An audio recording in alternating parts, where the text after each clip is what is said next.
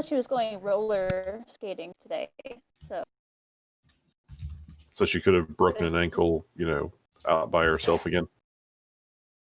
Maybe.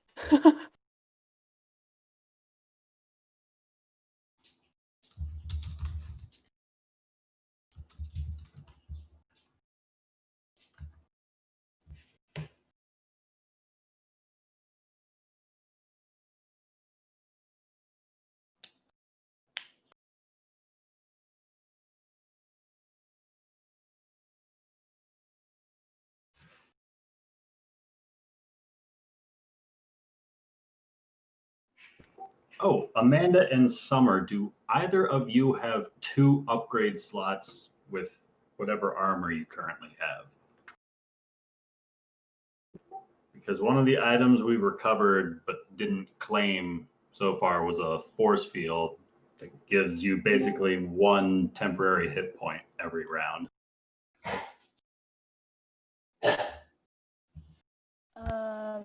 Not with armor. I don't have any upgrades.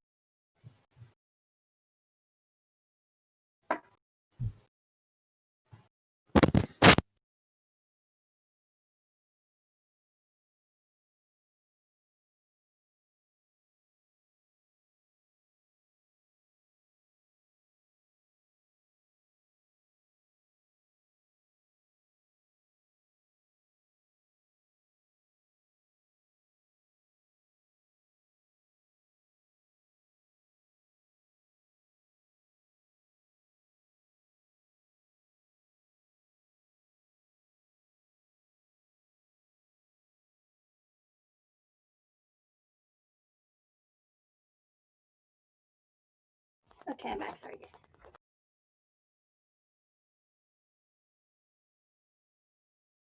guys.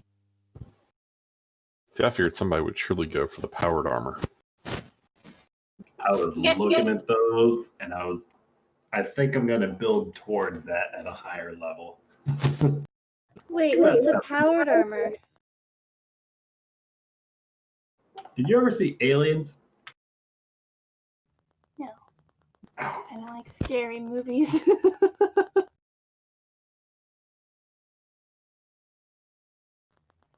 But wait, I don't even see the powered armor on here.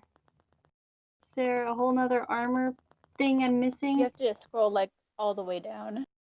Yeah, it's way down at the bottom. Oh my gosh, there's a heavy. Oh, The okay. basic one is kind of like that. Oh, that's fun. That's like off of My Hero Academia, the guy. Kind of, sort of, yeah. Oh yeah. Whatever his. You know, the one. The support group teacher or something. I didn't know that I was looking at light armor. Now I don't know if I need to switch to get heavy armor. For you, Can I even wear heavy armor? I think you should probably be looking at heavy armor. That's what I would. Yeah. Damn it. Okay, I'm not. Okay. Let me put that money back and take that out of my. Okay, hold on.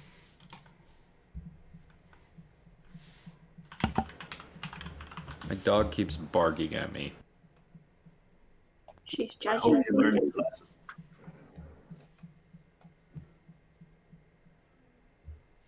I think she just got freaked out by the rain last night, and she just is like wants attention today. My dog loves the rain and he just wants to go outside. I don't want a wet dog. Oh. She hates it. She's like, there's water? No, thank you.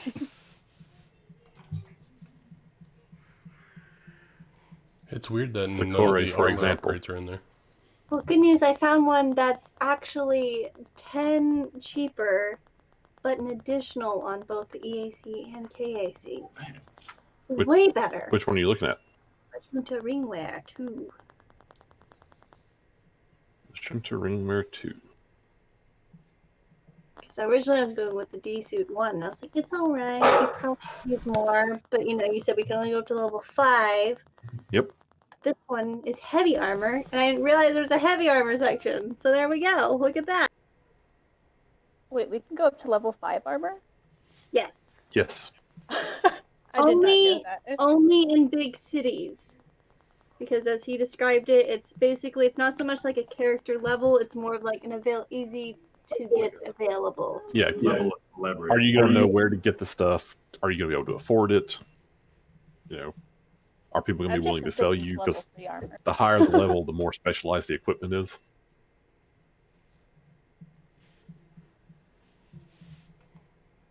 Yeah, I'm gonna go with the ring wearer.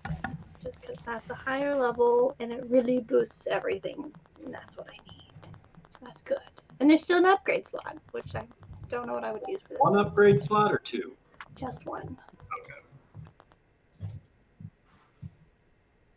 Because I think you stepped away when I mentioned it, because one of the items we had unclaimed was a force field. It basically gives you 1 temporary hit point around, but it takes 2 upgrade slots.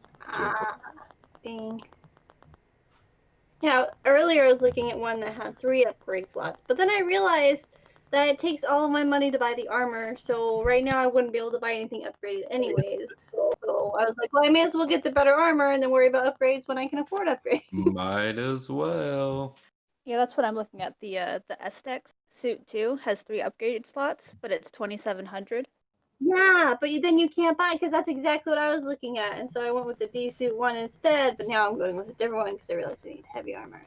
But Yeah. because the D suit has 3 upgrade slots, I was like, man, that's awesome. I looked at upgrades. I was like, oh, these are super expensive. I can't do anything. I went with the Lashunta Temp Weave Basic. And I have EAC and KAC of 18. I think I'm gonna go for the Def Ride. I have EAC of 19 and KAC of 23 now. Oh, shit. Yeah, I plus can- 8 and plus 10 are no Yeah. joke. Yeah. Wait, how much did you spend on that? 29.70. I guess I do have that much.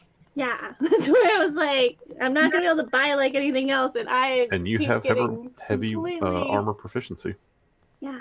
Does that get in the way of? But that's really it's really bulky, It's right? minus It 5 is. walking Yeah, speed. I can't do that because I'm not very strong. So like light armor is where I'm at. But the D suit is 5, 6. 5 and 6, yeah. And the Lashunta is 4 and 4. It's just like 1 and 2 more, and it's like 1,000 more. Nah, not gonna do it. I just need to let you actually go into things first. That's what I'm here for. If nobody That's what I wants to let her do. use the force field generator, then I will upgrade my armor. All right. Do it. Okay. I'm going to go the How do Vest you add Brigandine things to your 2. inventory again? And actually, Corey's is at 18 and 20 Wait, where because she did was the still 3 wearing go? both sets of armor. Oh, yeah, I didn't. I didn't. Yeah, I knew I was forgetting something. I'm cheating again. Thanks, I was like, DM. oh, my AC is great. Then I realized I'm wearing 2 sets of armor. I'm like, oh, that's why it's amazing. Wait, but the other Oh one yeah, looks I really took cool. off my second skin. Yeah, mine's still 14 and 15.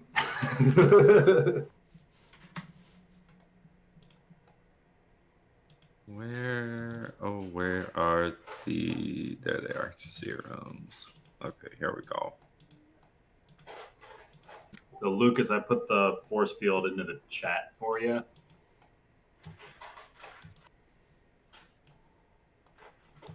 Beautiful. Now to figure out Has a how to depleted battery. track that Haha, on you my have to sheet. charge it. So what I just did is I manually put an item into the inventory to remember that I have that. And then what Ben did is to apply it to an armor is we just added it onto the properties notes of that armor. I'm not quite sure how to add it onto the armor otherwise.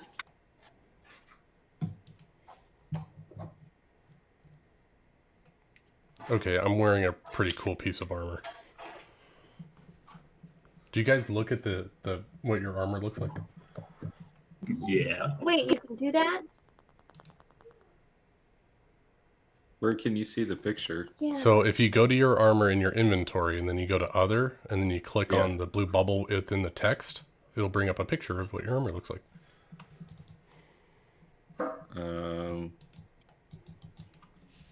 If they have one for it. Mine doesn't have a picture. Yeah, I don't think all of them have a picture. Oh, mine doesn't have a picture, I guess. It does have a good description, though. Yeah.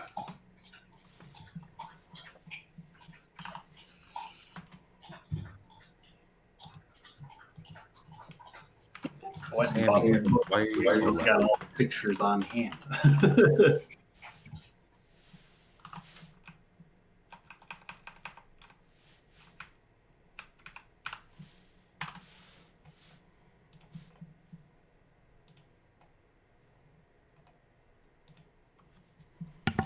Hey, Summer, did you watch some of our game last night? I did. Okay, I was like, because I like said hello to you when you followed, and then I was like, wait a minute, I that name.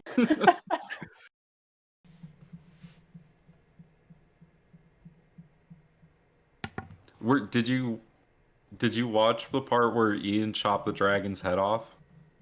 No, I Oh my started God. walking around like Swing. 7 o'clock. Yeah, about 2 hours later, they finally made it to Skull Gorge, and there was a white dragon, and they have an invisible carpet. Well, what they did was they used Major Image, and they had two people on the flying carpet, and they flew over on top of the dragon, and then the fighter with a Vorpal sword jumped off and attacked the dragon and rolled a natural 20 and chopped its head off. Wow. That's sick. It was nuts. It was crazy. That dragon had 200 HP, just lopped its head off. Why did I give him that weapon? There's a 5% chance of that happening every time. I mean, you know, the crazy thing is, too, is like, because of how he's roleplayed his character, like, he lost access to that weapon at one point because he kind of renounced his, like, lordship. And it's like, it's tied to him being the lord of Dorter. And so unless he accepts his, role as lord, the sword does not work for him.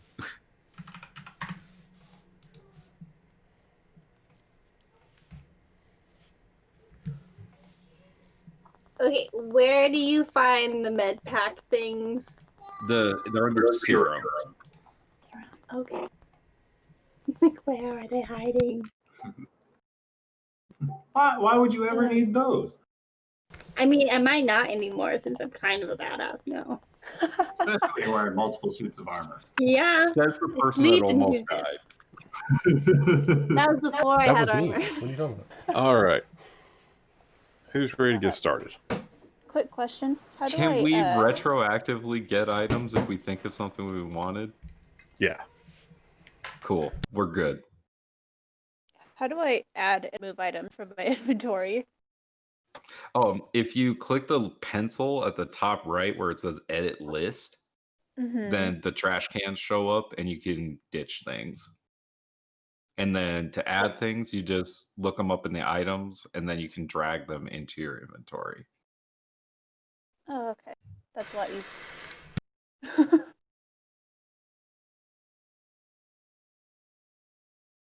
Officially yeah. broke now. There we go. Ooh, that's cool. A hook sword.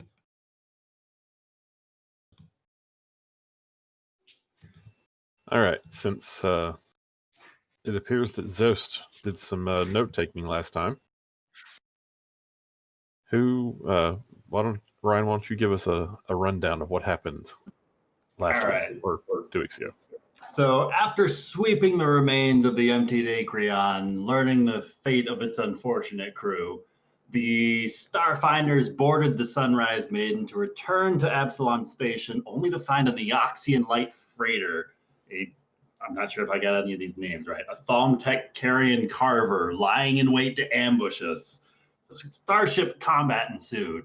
And under Captain Kiasi's command, Aridin 7 fired up our thrusters and pushed the Maiden to her limits, while Nibbles did her best to maintain the vessel's outdated shield arrays. With Eden and Core testing out the functionality of all the ship's weapons, the Corpse Fleet freighter was quickly neutralized. However, before any boarding party could be sent to investigate the meaning of this attack, the ship self-destructed. The Starfinders returned to Absalom Station and reported their findings to the Eoxian ambassador Nor. We learned of the celebrity we'd acquired from some of our antics captured by the security drone's video feed broadcast back to the station, and we learned of writing similar to what we found on the Drift Rock computer screens carved in ancient ruins upon Castrovel within their prohibited continent. We also got a message that Chiskisk wanted to discuss what we've found so far. All right, and I believe you guys were just leaving the Eoxian embassy. I think so. Can't find my pen. So, where would you like to go? I guess the first place would be to talk to Chiskis, right? Ring them up on a data pad. Well, that certainly seems to make sense, but you could decide you want to go shopping first, and we'll just kind of hand wave that you went shopping first. But Yeah, maybe Chiskis gives us money, though. that's a possibility. True. Let's redo all the shopping. We can do 2 shopping sprees. Oh wait, I need to play Chiskis, well, Aerodin, Captain. I need to play Aerodin, not Nick.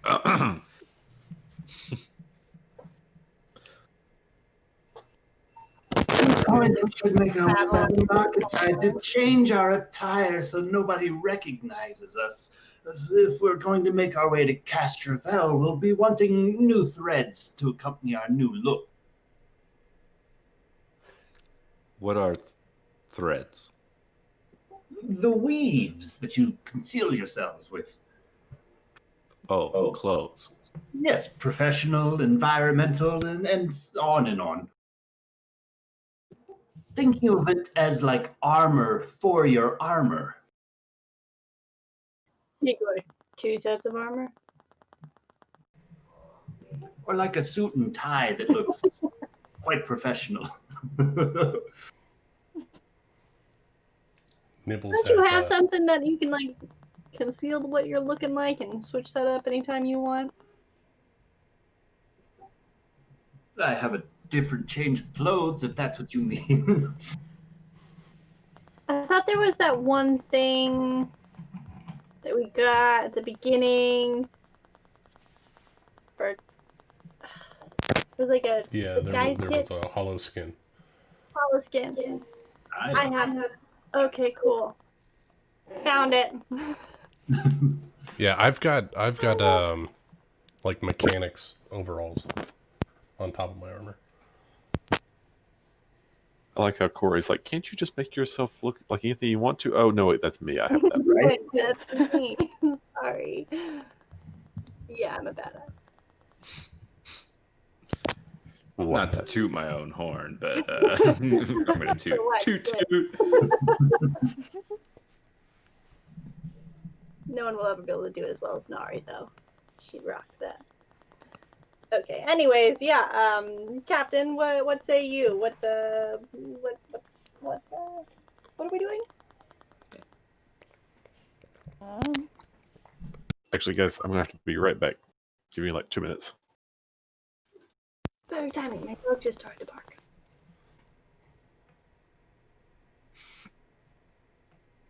I actually think it's awesome that Nibbles is in this background art. And there's Zost at the top. Previous employment.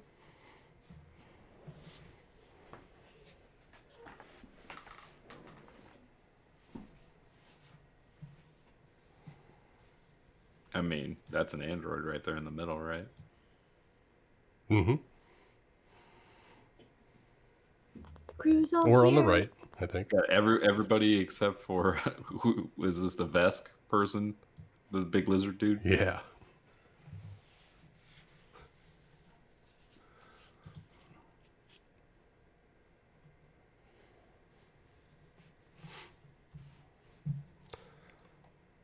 Hopefully I don't get hit so much this next time that we get in combat. Okay, I got you this time. Like, I will be like everyone's meat shield. At least till I realize that they're hitting harder now and I'm useless. I got better armor, so now I'm not a squishy. We can do this. Don't worry, Captain. I'll protect you. It's also very important if we're going to a very hot or cold climate that our suits are leveled up for that reason. You get a number of days of environmental effects per your armor's level. And if you can't afford such upgrades, I would recommend checking out some environmental clothings to assist you in some of the skill checks to survive these dangerous environmental conditions. Like a jacket? Sort of.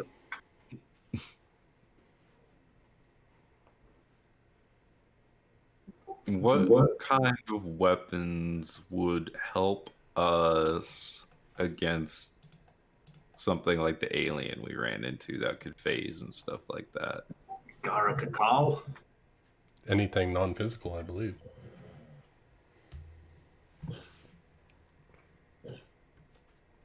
Energy weapons, mostly. My dog is not happy about something outside. Sorry, the rain's gonna come back. Does anybody You live want in a this desert. flame It doesn't pistol? happen. This deadly A what? flame pistol? That sounds like something Eden might like. Deadly, flame, you know. Yeah, but Eden doesn't like getting that close to people. Rachel, if you can hear me, does your armor have 2 upgrade slots free? It has one upgrade slot currently, but the armor that I'm looking at to buy in the future also has one, so yes. Okay. Why? Because we had a force field available. Yep, nope, it's mine. The rat People needs just like, protection.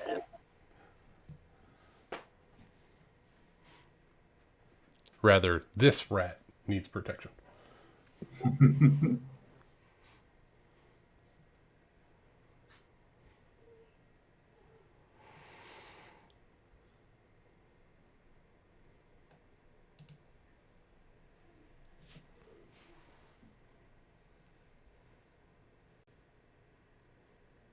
Yeah, I was looking at it. The next sniper rifle up is 4,750. And I was like, fuck.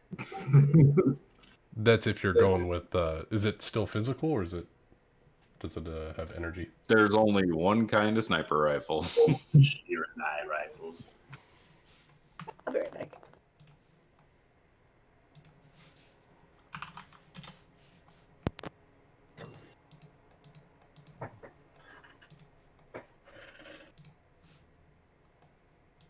Anybody else here? Yep. Yep. We're all here. Except Amanda. She just went BRB. So you guys have determined that you're going to head back and talk to Chiskus, right? Just got back from the marketplace. Excellent. All right. Well, as you are finishing up your shopping, you decide that now would be a good time to go check in with Chiskus, see what you report in on your adventure, see what he has in mind, and share this information that you've discovered. Because again, the Starfinder Society at its core is all about learning new things and exploring and just trying to expand the knowledge of the society and culture in general. So you head back to the Starfinder Society Tower, which is located in the eye of Absalom Station. And you enter the headquarters. There's a receptionist who sees you, recognizes you, and welcomes you. Says, welcome back. We have all heard so much about your adventure on the Acreon and the Drift Rock. I'm sure Shiskisk is waiting to see you. Please, if you'll just wait here, I will I will check and see that he's available, and I'll send you right on up. And the receptionist does just that. Very quickly responds, says, yes, he is in fact, or they are in fact waiting for you. If you will please proceed to the elevators, and as I'm sure you remember, his office is on the 4th floor. You don't have to tell us where Chisk's office is. We remember. Excellent. Well, they are most anxiously awaiting you. To the lift. To the lift, to the lift. So as you may remember, Everything Chiskus to the lift. is a Shirin, and largely speaks telepathically. So as you enter into their office, each of you in your minds is greeted, and Chiskus says, welcome back. It's so good to see you again.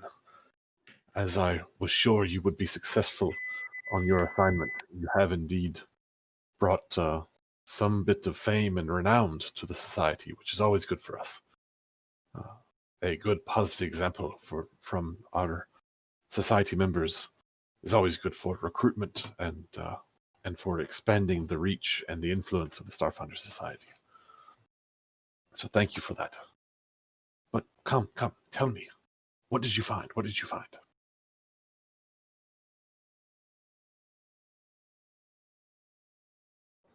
Man, where to start? Captain?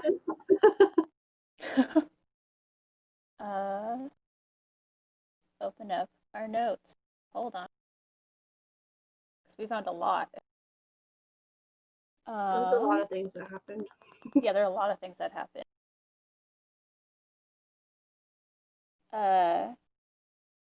Well, Ambassador Nord provided the video feed from the Acreon. So I am aware of much of what you did on the ship. But tell me, what did you find? Found an infestation of Akata amongst the previous crew's intestines. It seems that at some point they encountered the serious case of void death that was never treated amongst them. Between that and the space goblins that got on board, we were nearly surprised while still on board the Acreon. But things took a much worse turn once we got on board the Drift Rock. Much worse. Yes, I observed the Drift Dead who attacked you.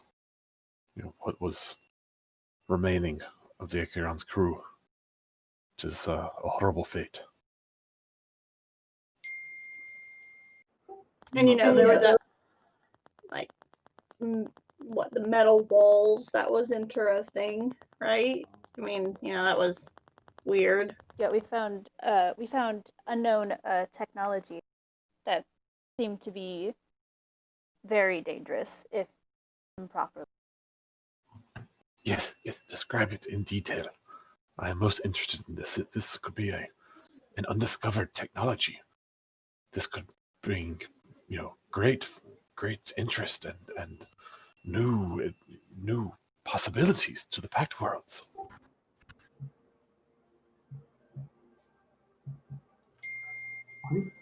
Zost is going to kind of reach out and kind of Vulcan mind link as he does this. Like he's pressing upon the forehead as he mind links to share specifically the imagery of these foreign metallic walls and some of the imagery that was displayed across these weird languages that popped up on the monitor. So he knows specifically what we saw in case it sparks anything in his mind. Okay. So as you do that, of course, being Sheeran, there's a certain level of comfort with that sort of mind link and sharing of of information.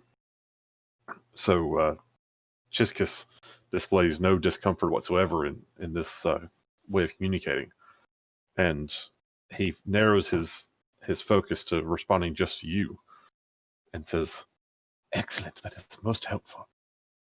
Yes, I can use this. I will access the Society's archives and see what I may find. Perhaps you can help me." And you both start. He kind of points you to a computer system, and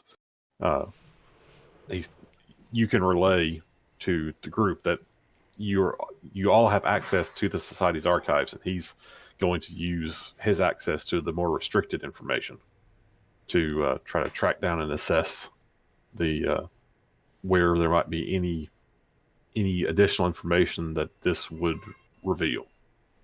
Actually, okay, hang on, sorry. Allie just yelled at me. I love you, Allie. If he comes back with cobbler, I'm going to be pissed. Don't you dare say that!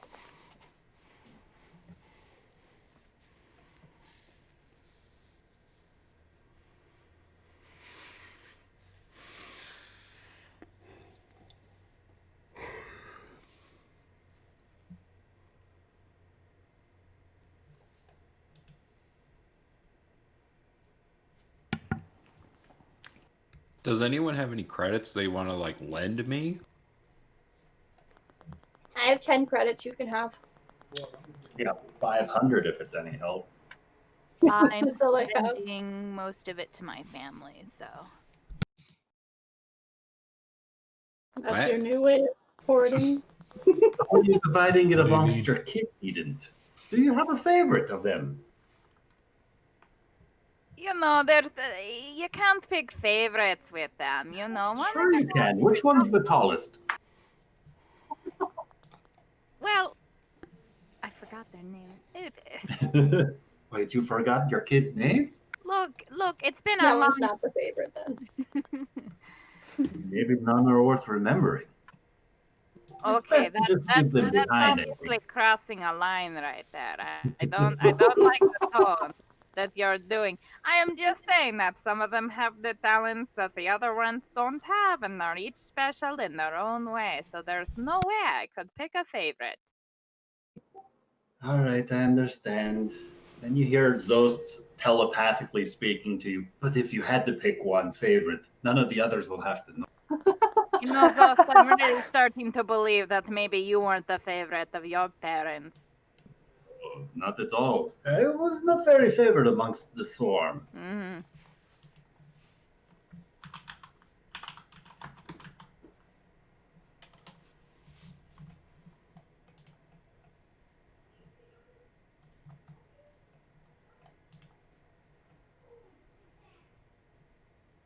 So, just so we're all on the same page real quick.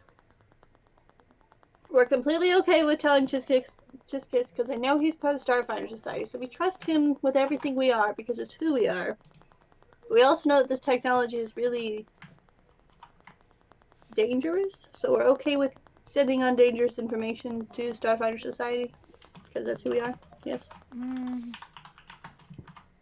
Like, if anyone can be trusted in the galaxy, it's the Starfinders, right? Okay.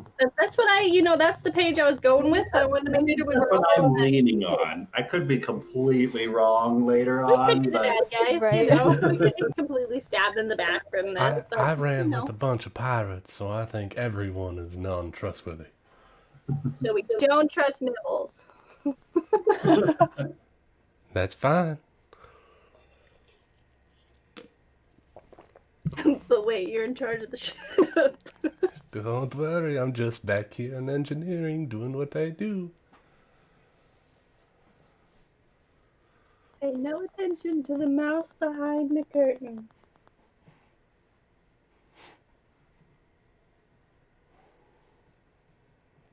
My chair needs WD-40 again. It's driving me crazy. Is it squeaking on you? It's squeaking, yeah. It's like every time I move, it's like squeak, squeak, squeak. I was like, ah. And I just did it not that long ago. It's like this chair is just so old. It's like, help me. It's really comfortable still, so it's like I'm gonna keep it. I'll just WD-40 OWL.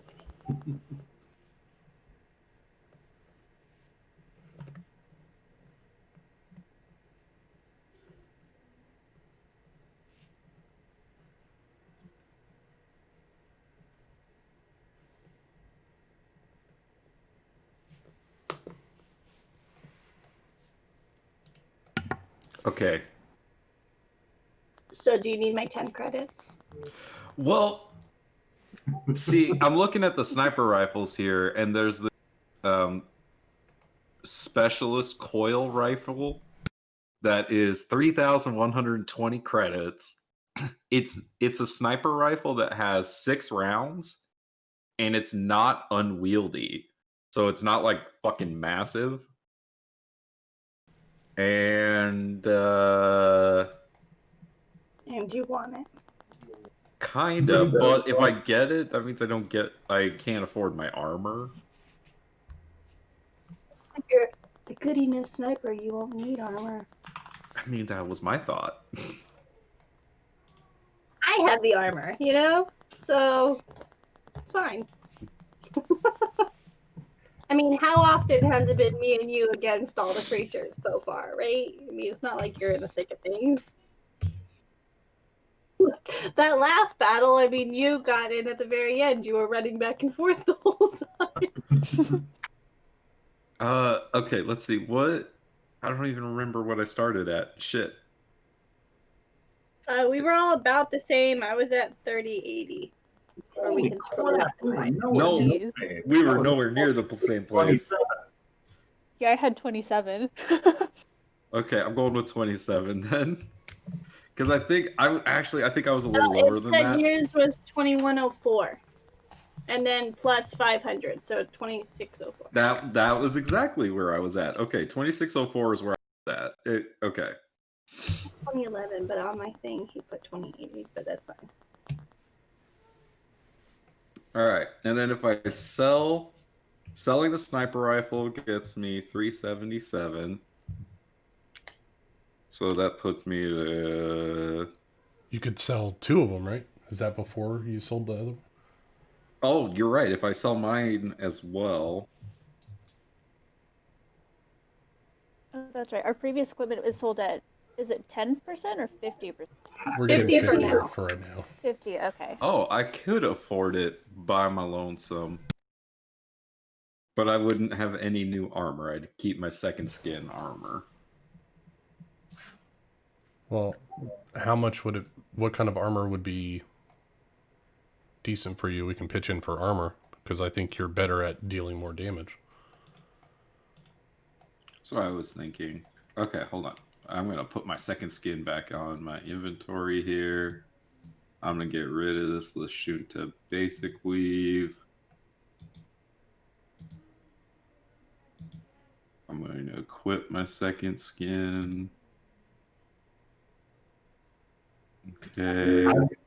I would have freebooter armor left over if that's better than your second skin. Probably. Well, I mean, if you sell the freebooter, sell your second skin, and we pitch in a little bit, then you could probably get some, like, clear weave or something a little higher than that. Because you want to have those levels in the armor for days of protection. If we're going to Castrovel and it's a jungle planet, you're going to want as much protection as possible.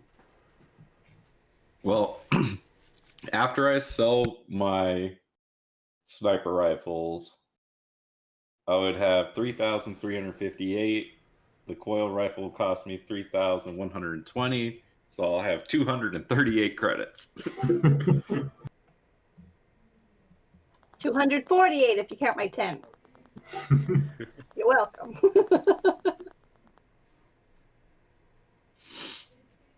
Don't say I never gave you nothing. Right.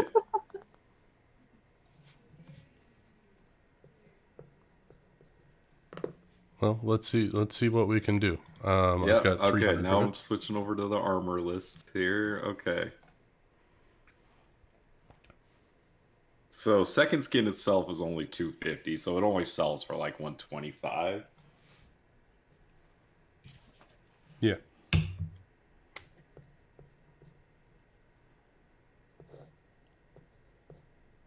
I don't know what armor I had originally because it's So I'd be not at in my 363 inventory. if I sold it.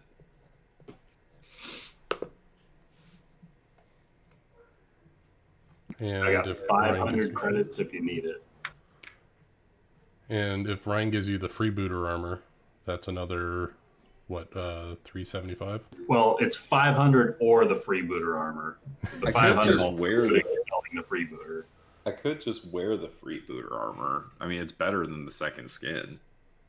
It'd give me a +1 to KAC, +1 to EAC. But it's only got a. Nice. Oh, you only have a 4 dex right now, right? I only have a +4 dex. Yeah, And better than the other armors we could afford by pooling together. agreed. Yeah. All right, so I'll just wear your freebooter armor, and then I'll sell my second skin.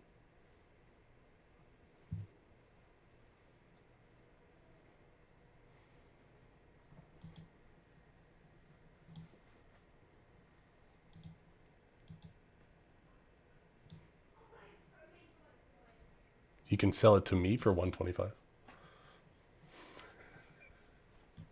Do you want it? Yeah, I'll take it. Well, I'll just give it to you then. I won't sell it to you. My thought process is, God forbid we're a week on this planet, I want to have an extra day of environmental protections.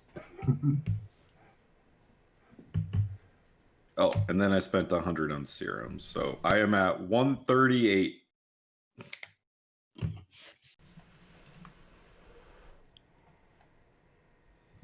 Perfect.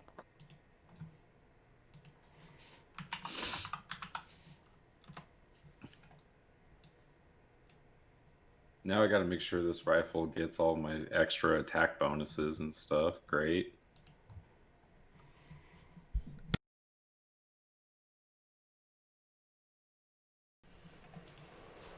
Probably should have copied those before I deleted my other weapon.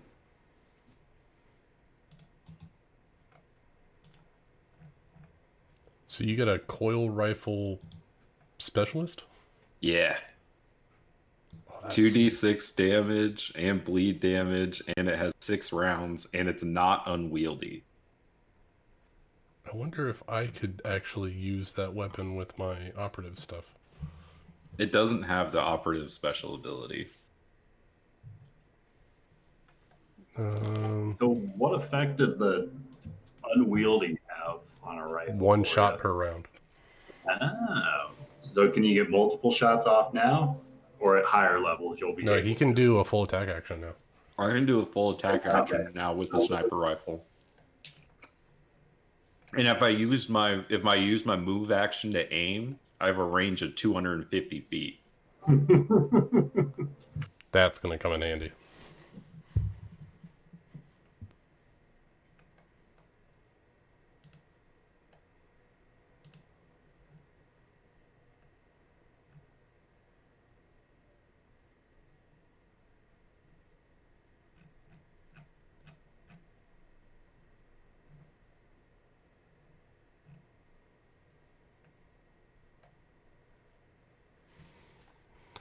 Let me verify what my trick attack is based on.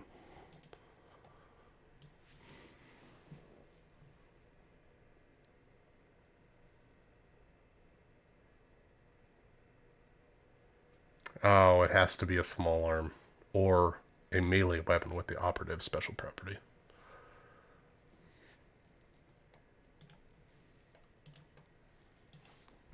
Bummer.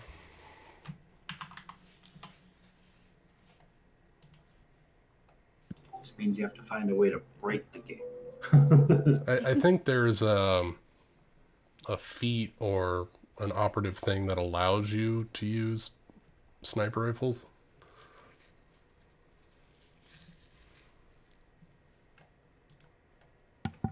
Oh wait, because of my weapon specialization, I'm supposed to add my character level the damage. Oh shit! I need to fix that. Sorry, guys, had a small kitchen emergency. Oh, There was How dare you? there was broken glass and cleaning up, and yeah. Okay, so Chiskisk, while you guys have been assisting him with the search, he has been digging through Starfinder records, trying to find anything that might be useful to compare to what you guys found on the Drift Rock. And what he's able to find, this takes a couple of hours, but Chiskisk comes back and reports to you. There is some good news. The Starfinder Society's linguistic database recognized many of the symbols you found on the Drift Rock, because this is not the first time they've appeared post-gap. The bad news is that the source is highly unreliable. How highly is highly? All that we have about these earlier texts comes from Halquim Zahn nearly 3 centuries ago. And it seems that Can no you published spell that? studies of those texts have appeared since. According to these records, Zahn's original findings were donated to the Kabarat University of Xenoarchaeology and Xenoanthropology on Castrovel, shortly after his disruptive expeditions. Disruptive? Let's just say that Zahn was not authorized to make the expeditions he made. But fortunately, the Society has numerous alumni from that university, and I can readily secure you a contact there and forward my personal recommendation to a few faculty members. Perhaps they can show you Zahn's notes and even take you to the original site so that you can search for more clues about whatever this drift rock once was.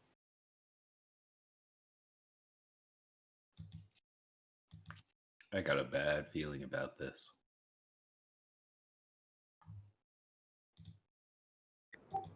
were the expeditions Zahn performed on Castrovel or elsewhere in the galaxy?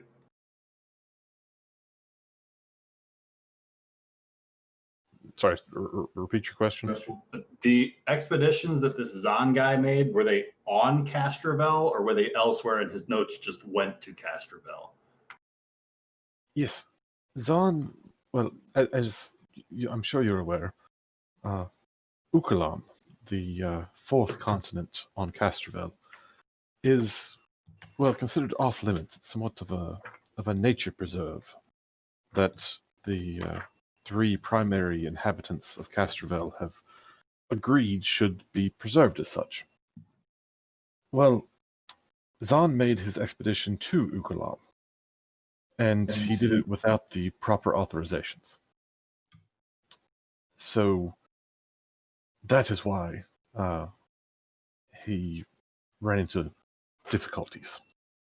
In fact, it was Zahn's expedition that largely led to the imposition of full-scale restrictions for any off-world explorers to Ukalam.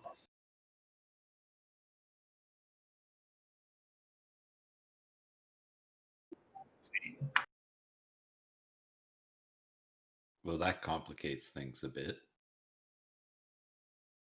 It does, but perhaps with sponsorship and the the goodwill of the Kabarat University of Xenoarchaeology and Xenoanthropology, we could, or you could, be allowed to travel, perhaps with someone from the university who would be authorized and could take you with them.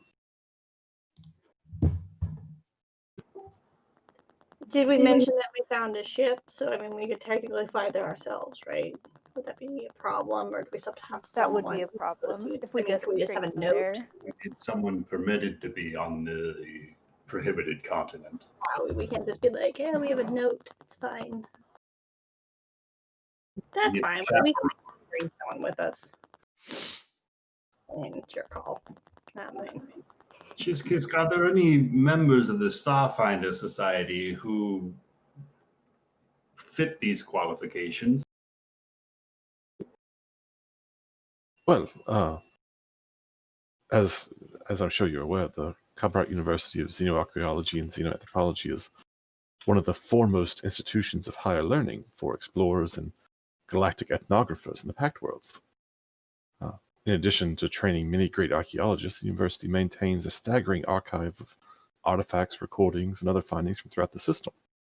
This makes them a natural ally of the Starfinder Society, and while none of the faculty at the university are the Starfinders themselves, we have strong contacts with them, and I'm sure we can find someone there who would be willing to help. What was the name of the university again? Yeah. Say it 5 times fast. The Kabrat University of Xenoarchaeology and Xenoanthropology. Kabrat University of Xenoarchaeology and Xenoanthropology. They call it university.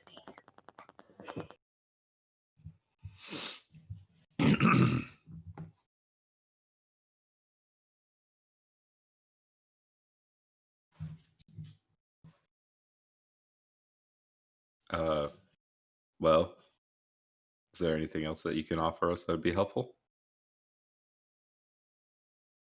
Well, I do have just a small amount of information about Hakuim Zahn himself.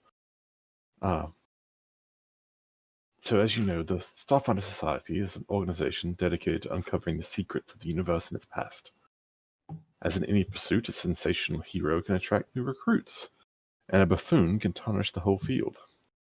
Hakuim Zahn was both. He traveled throughout the Pact Worlds, making a name for himself as an explorer and archaeologist, but his techniques were utter rubbish. He was a looter with a good press agent, and he published lurid gibberish like Pyramid People of Ukalam. His articles were popular with the public, but for every diligent explorer they inspired, another 2 were unscrupulous treasure hunters who just wanted to blow things up and call it archaeology. It was the trip he made to Castrovel and to Ukalam, and that provided the basis for his Pyramid People of Ukalam. This was the expedition that got him in such trouble with the Castrovelian authorities. In fact, I believe they confiscated almost all of his findings, and his book had to be written from memory and notes. Reminds me of a gentleman I know named Professor Lockhart. Professor Lockhart. Not entirely sure I recognize that name.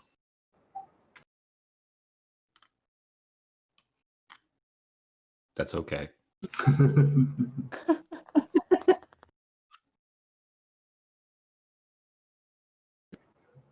Although now that I think about it, did he write Magical Me? Oh, yes, the very same. Ah, yes. I think you've hit it exactly. Bunch of mystic rubbish. Isn't that what you like? I like the good mystic quality, really, not that sort of rubbish trash.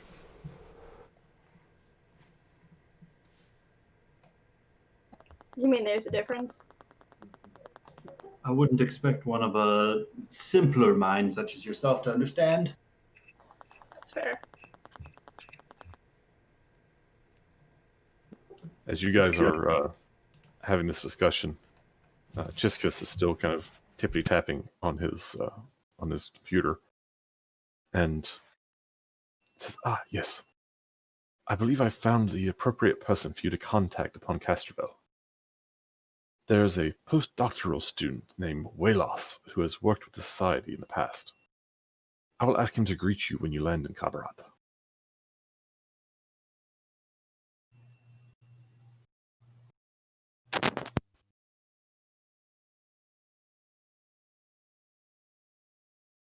So we have to go to Gabarat to meet this guy, so we can go to Castrovel to figure out more Cabrat on is the. the main hub of Castrovel. The shining jewel of the Western Sea. Sorry. Some call it the life giver of Cashville. Don't you It's remember where you familiar were with born? Kabarat. Sorry. Largest spaceport. I just forgot that's where Well, I'm from. Like I said, maybe she's not. Corey from is familiar with Kabarat. Yeah, Amanda. Sorry, guys. Oh, Amanda's not there. I'm trying to get notes down.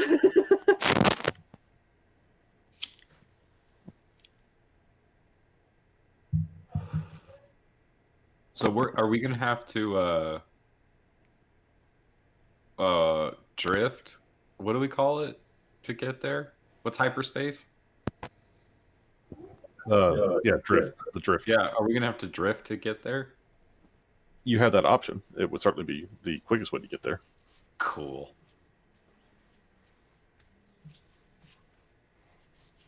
Do you have any more questions for Chiskus? Now, you haven't really asked a whole lot about what to do next. Chiskus, there was one more thing that I'm not entirely sure the security drone picked up on. But after we left the drift rock, we were beset upon by an Eoxian vessel that bore some likeness to the something fleet. A dead fleet? The corpse fleet. Corpse That was fleet. close. So close. We were unable to detect any signs of life on board, but it was definitely moving about itself like it were preoccupied by an Eoxian or few. It They also self-destruct. self-destructed rather than be captured. Certainly does have the sound of a corpse fleet issue. Yes, I the cannot imagine. ambassador very verbosely denounced them.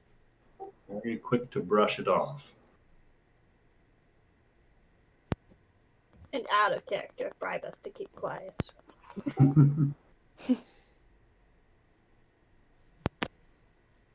Well, I shall certainly make the incident known to the contacts I have. I don't know what good that will do, but I'm sure the station is aware of the issue. The Acreon is not docked that far away from the station. Surely the station's sensors picked up on the conflict. But just in case, I will make sure that others are aware. Try and be discreet with who you bring this news to.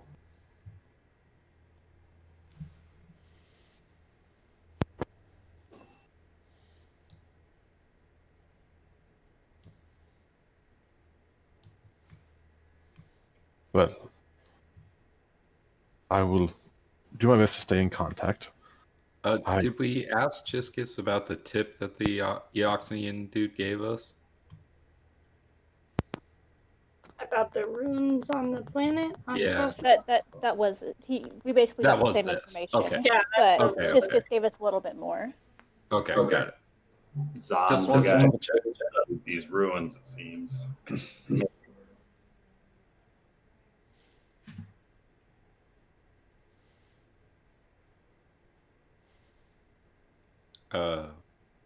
So when do we depart? Well, this is a most exciting discovery. I suggest you depart as soon as possible. I mean, Maybe surely some shopping first. if there are things you need to do about the station, then I would take care of those first. But we should not lose time in following up on this.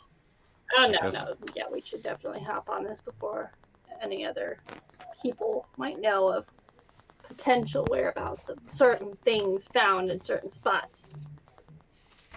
Just gonna wink, like she was being super stealthy.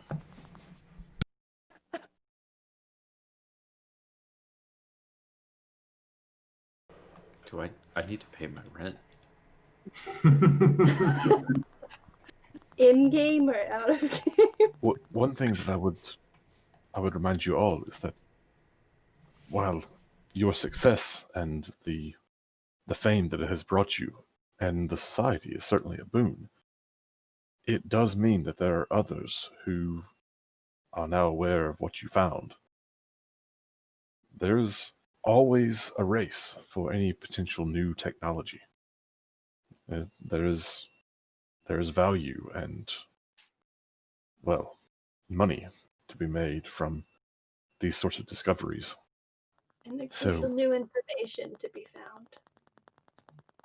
So while I would certainly take care of whatever task you have at the station, I would not waste time. For others surely will be trying to find the same information that we have found. And some will certainly draw the same conclusions. Zahn is not well known anymore, but it is a published book, and should someone start researching it and looking, I'm sure they will find it as well. Do you have a copy of it? I do not, but I am sure that you will be able to track one down, either on the Infosphere or on Castrovel. What was the name of the book again? The Pyramid People of Uklam.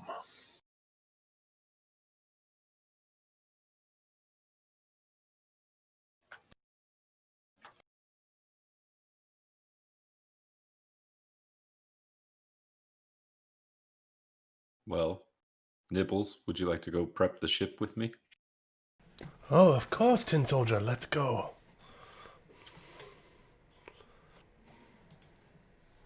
I honestly don't trust people. I'm like, if we're not on this, clearly being fucked with. I am going to give it a thorough once-over for tracking beacons and things of that nature.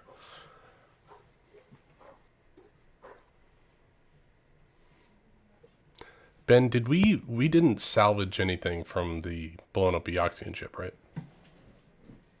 I think we got 500 UPB of scrap from it. Ah, okay. Did we sell that or are you using it?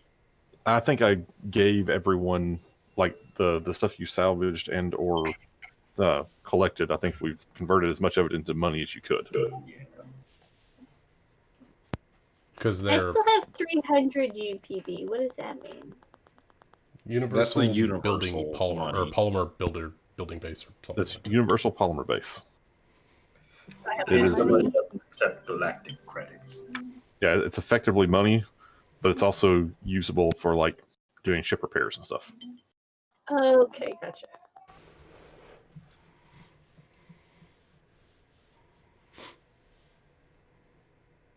I was just looking up the rules for linking weapons. So if we were to move weapons, like for instance our light laser cannons, if we put 2 of them in one arc, you can fire a bolt in one go. And Eden definitely has that down. But we 100%. don't have the resources to do it unless we got rid of the escape pods. Maybe just hang on to those just a little bit longer, just to see. I mean, we haven't even had the ship like a day, so let's give it like a day and a half. Decide if that's something we really want to do. Besides, if your old pirate friends come round, I think I'll be wanting that escape pod handy. Okay. I'm just saying, sometimes the ships aren't the most reliable way of, transportation. So sometimes if you need to get out, you need to get out. Sure, we'll go with that. Anywho, let's get that shopping done and let's get out of here. We've got important information to discover about the world. This is gonna be great. This is gonna be so good. I just feel good things coming. Good things. I'm sure of it this time. Not like last time. Last time it was not good things. This time it's gonna be way better. You'll see.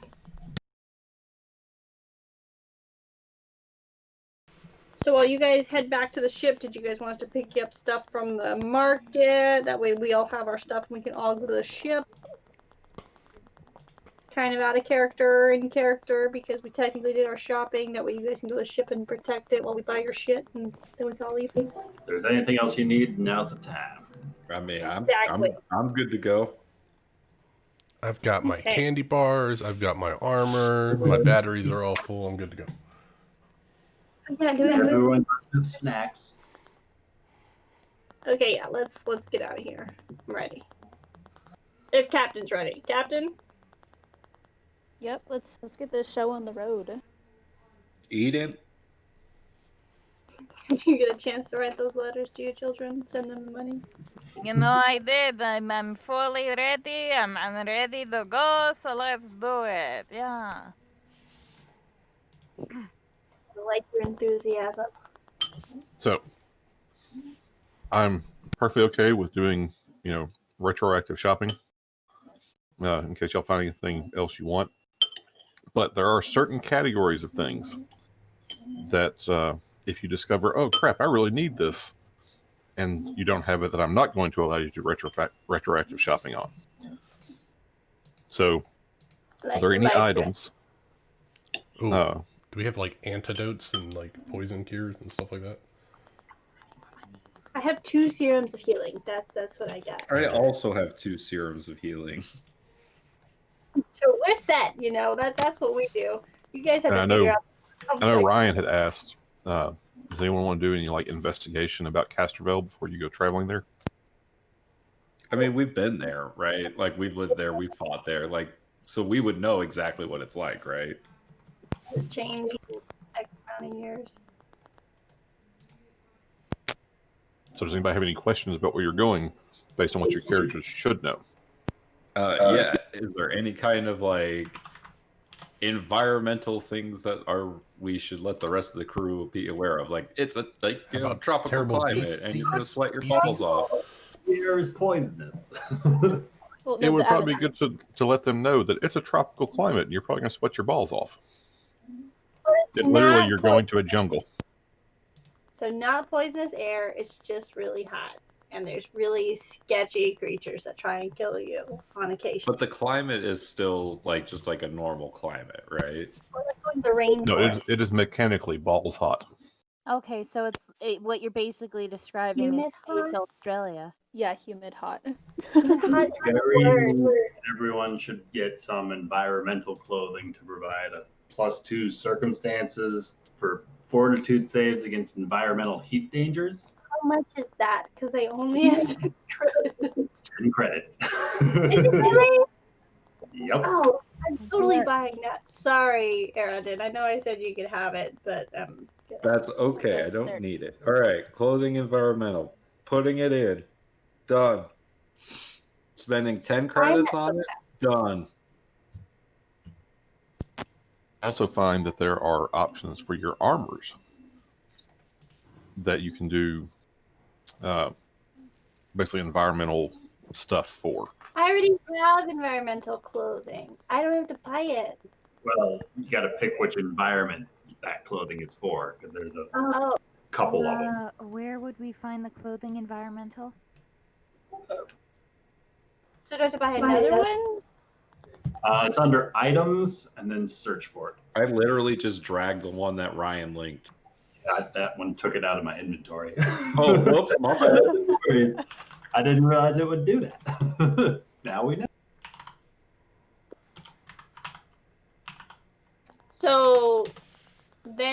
So I bought the clothing environmental like at the beginning because I figured we needed something. So then you said I have to go pick which one? I'm okay with saying that if you got one, it was for, hot weather. That's where you're from. Okay. Okay, so that's cool. So there's like the 0 gravity. Okay. Yeah. Maybe I should just get one of each. I only have 10 credits. Let's slow down. But eventually, I could get one of each. Haha. Or for 20 credits, you can get one that's good for 2 of those environments. When's that one called? Oh, it's the same environmental clothing, but I think it's the last paragraph. That the benefit of an environmental outfit can be added to another type of clothing, including a different environmental outfit, by doubling and adding together the price of both types of clothing. Okay, so you can have No environmental clothing. Okay, Doesn't so just like have if to you be for had, environmental clothing. It could be a different so like type. if you had travel clothing, you could add the environmental clothing to that. Yeah. Nifty. Look at us learning.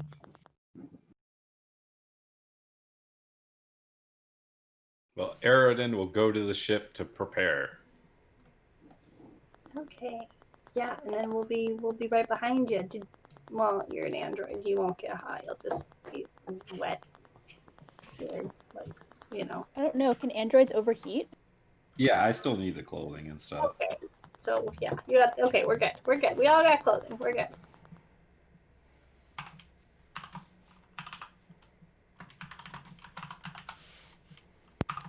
All right. So as long as you're thinking along those lines, anything else you'd like to try to pick up? Got like a tent. I have a tent, but I think it's I a have a one-person tent. tent. I do not have a tent. Are there any, like, would Aerodin or Yasi or Kore know about, like, are there venomous creatures that we need to be aware of in the jungle? All There kinds of sure nasty is. creatures in the jungle. Yeah, there's nothing good there. So how much does antidote cost? 75. Who's got some extra money? I put it this way: I do. if you think about it, kind of like going into the Amazon, but going into the Amazon in like 1810. Gotcha. Cool. Who's got some antidote? Okay, we're gonna need some tents. We're gonna need a water filter Bug spray. thing. Lots of bug spray. All the bug spray. Does some anyone have a bait. machete to cut? I have my sword. We'll be fine. I'll cut the trees. We'll be fine. Stuff to make Let's not cut fires, so we can cook. You know, in case we need to do that. Yeah. Trail rations. Everyone got their rations? Some rations. I had. Where? Yes. No. The antidote called in Where did Starfinder. my rations go? Would it be Okay, medical gear or we're good. It's the meal thing. Meal. Yeah, it starts with meal. I was looking for ration, No, but it's all in antidote. alphabetical. So I just linked the environmental rules. If you click on that and then scroll down about halfway, there's heat dangers. So that'll give you some idea of what you're dealing with from a heat standpoint. Hey, cool. And we're severe heat. Ukalama is very hot. So we're talking over 140 degrees. No, over 90. Severe heat. That sucks to people. No, Oh, you got very heavy hot. armor. Okay. very hot, then severe, then extreme. We're at very hot. So I just got heavy armor, and now I take a -4 penalty for getting heavy armor. This is cool.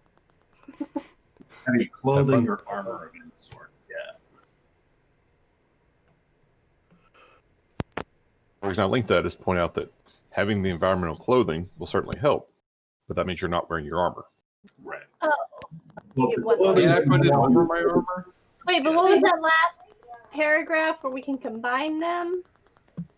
The environmental clothing can combine with a different type of clothing, not with a type of armor, Gotcha. but it can be worn over armor. Light Over. armor. Right. Not heavy armor. I'd have to double check that.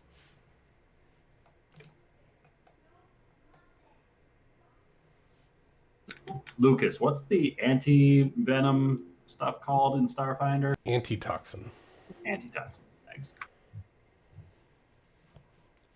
You gain a bonus equal to 3 plus the medicinal tier. So it'll be a +3 bonus for poison for a number of hours. I'm not finding it in the items. It's under medicinals.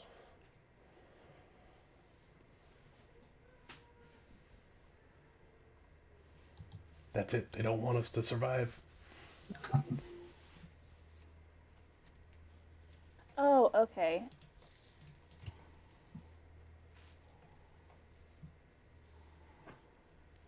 I mean, you just take a little damage. It's not even that much. It's non-lethal as well.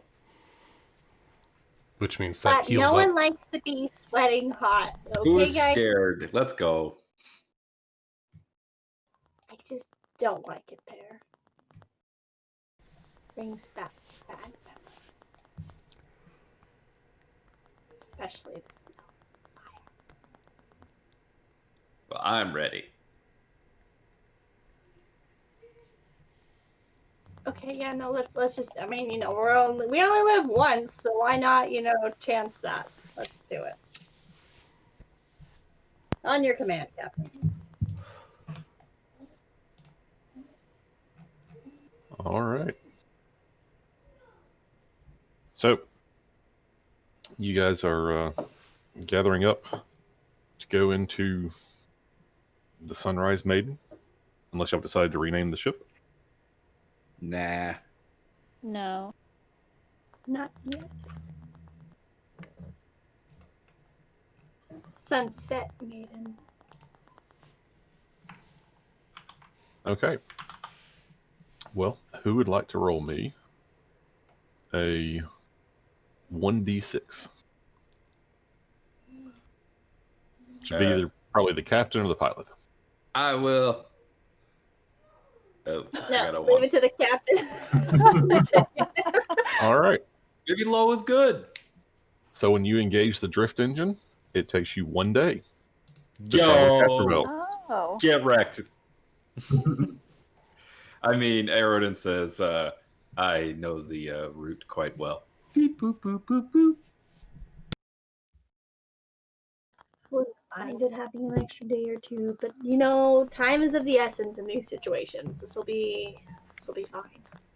All right. So, as some of you are aware, Casperville is a vibrant planet of sparkling blue oceans, continents blanketed in vividly green forests and swirls of clouds. Your destination is Kabarat, So pretty from up here. and as the Sunrise Maiden enters the atmosphere near Kabarat, the city-state's aviation authorities hail the ship, asking for identification.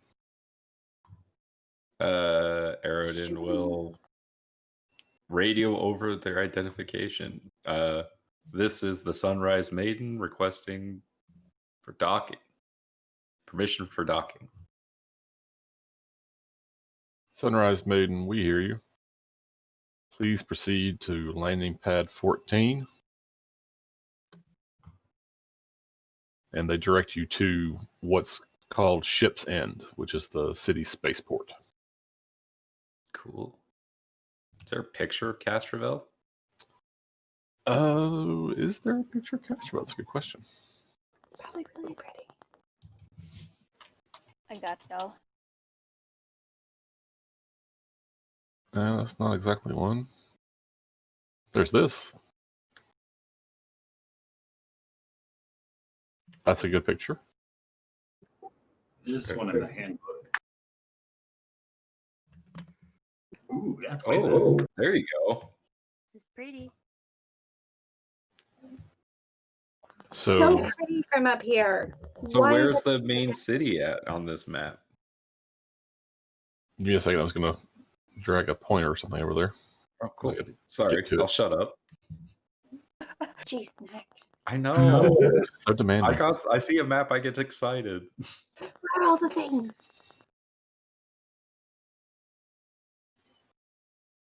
So that's what the Kabarat is right there. looks like. Where the 5 foot is? Okay. Yep. Okay. Which one's the forbidden continent? One to the south that's not attached. I, Oh, Oh, that it's big a one. big continent. Yep. so which In one fact- is the Formians continent? The Isn't it, Formians where all those are- cracks are? down here, Oh, that's okay. and the elves are over here. Oh, down there. And then the Lashunta are on the big one. Yep. We're learning. So the elves have their own little mini island over there. Yeah, no one fucks with them. Yeah, that's fine. Just let them do their thing. Let them live in Just peaceful elves. lives. It's like World of Warcraft. They just live on a tree over there. It's fine. Just leave them be. Pretty much. Yeah, Not until the anymore. undead queen comes along Yeah, and but burns that's, it. I mean, maybe we could be the undead queen and burn it. All right. So, as you land, a couple of guards and a customs official come to your ship, and the customs official says, "We would like to speak with the captain of the ship, please." Can we do That some would- role playing on our way over there? Oh, absolutely. So You got a full day of travel. I'm gonna put up the ship map here. Get me in the zone. Yeah, wait, see, I saw images, Actually, uncategorized map, I sunrise. should be able map. to Got it. bring. I guess the map is not attached to the Sunrise Maiden just yet. It is not. Yeah, you have to go to the images and then and uncategorized. Summer taught us how to do it. Well, what I'm going to try to do then is put a note in the starship that is the Sunrise Maiden's picture or map. Let's see if I can do that. Quick link. While while Aerodin is flying, they're gonna turn to the captain and say, "So, Captain, how do you feel about going back to your home planet?" Not too excited, honestly. I mean, like, yeah, it'll be nice to be back there, but Cuprat's not my home. What's your home? Kamona, Kamena. Is that another city there? It is. I Okay. can even put the little into Starfinder into the chat.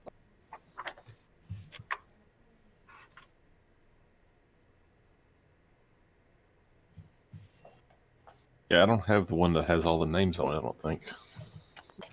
Man, we're Google. on Discord. Yeah, I saw that. I was trying to find a.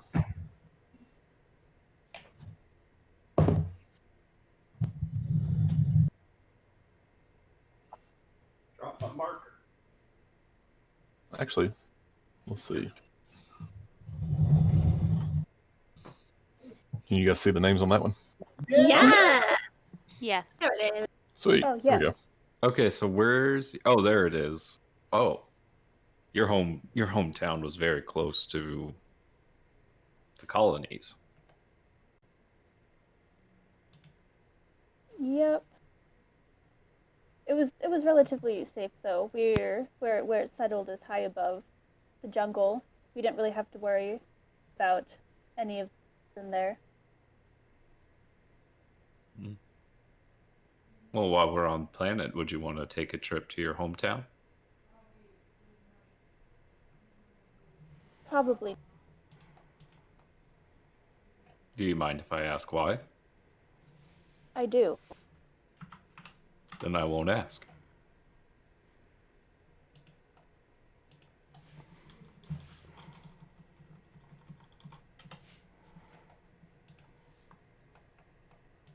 Oh, Ben will BRB. Anybody else So want now to do you're anything on the going show? Yeah, if Corey's around, like Aerodin will ask Corey how she feels about going back to Castrovel. Yeah, after writing my backstory, I've decided she has a little mini bonsai tree that she carries with her, and she was watering it, but she'll totally talk. Corey, what can you tell me about these Formians? I've never encountered one myself, but even the Shirins where I'm from heard about the treaties and peace talks that was established by the Shirins amongst the many conflicting people of this Castrovel world. Well, you guys are gonna test Amanda on some shit today, aren't you? Well, Aerodin will speak up and say the Formians are terrifying. Remember they're really bad. Insect-like ant creatures that scurry on pointed legs through their tunnels. And they have these big old fang like teeth things, and they just like to try and bite into you every chance they get, and just come out from the ground when you're least expecting it. They have a bit of a hive mind, hence the reason why the Shirin were able to help with negotiations.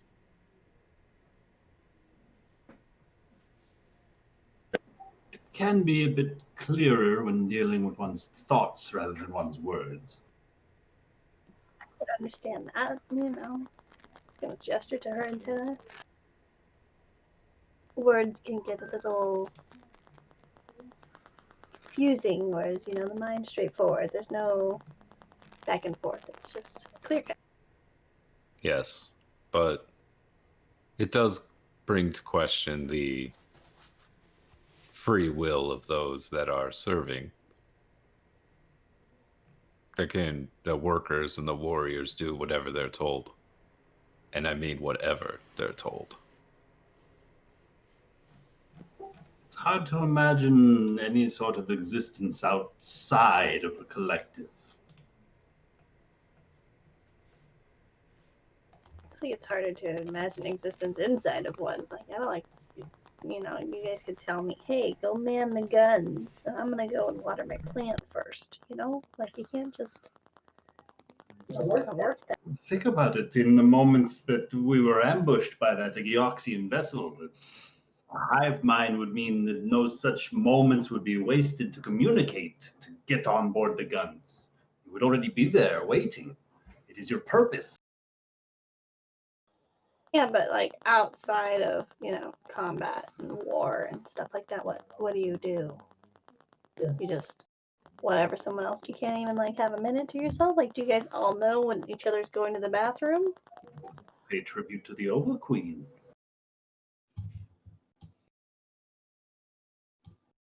What if you don't want to do that? Then you are not one of the collective. You already have free will. Do you want to pay tribute to the Overqueen Zost? Not since my connection was severed. But the Overqueen is just what I read about these Formians. Some sort of, if anything, more philosophical than an actual queen. So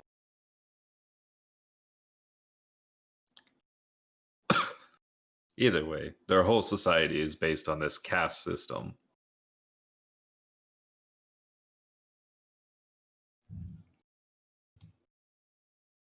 Link. They're just not. I know I started reading that, so I got out of it. Sorry, guys. They're just not the kind of people, you know, you just. After having to face them one on one, it's not so much fun when you got 10 of them ganging up, seeming to know your every move, and just like go to fight one, and that one sees what you're doing, and the other one knows what you're doing, and it just is a little bit more difficult to try and. So I guess in a way I can see how the hive mind is helpful, but it's also really creepy. that communalism gives you that infinite advantage over your enemy when no means of communication is necessary. You all flow as one collective mind. It just seems more like zombie-like and creepy, though. No one could be a person. If I'm being honest, I'm surprised that the elves and the Shunta lasted as long as they did against the Formians.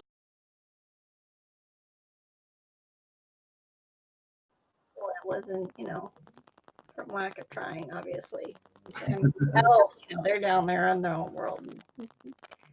You know, bugs don't really like to burrow through water to get to them. It's not like they had a huge problem dealing with them so much. I mean, I'm sure they had their issues, but it's not like they were like neighbors to them, you know? Land masses connecting it and whatnot. But Amanda's just bullshitting here, guys, okay? I have a quick out of character question for you, Amanda. For a long period. Okay, yeah, go for it. Okay, so how old is Corey? Like, did she serve in the actual war? Yes, she did. And Yeah, I so have did Aerodin. number on her character sheet, and that's wrong because he said the war was 30 years ago. So she's probably like, how long do they live though? They lived to 170 years. Okay, so 50 wouldn't be weird. I mean, you know, she was still younger when she got enlisted. She was probably about 20 or so when she got enlisted. It was 30 years ago, so she's probably gonna be like 50-ish. 50. Let's go with 53. That seems like a good number. Yeah, I put that Aerodin's renewal date, so was 275 AG. So I don't know what year it is right now. Put their age on the character sheet. It's like 304 or something like that. So yeah, Aerodin's pretty old too. But that's not that old. That's only like 29.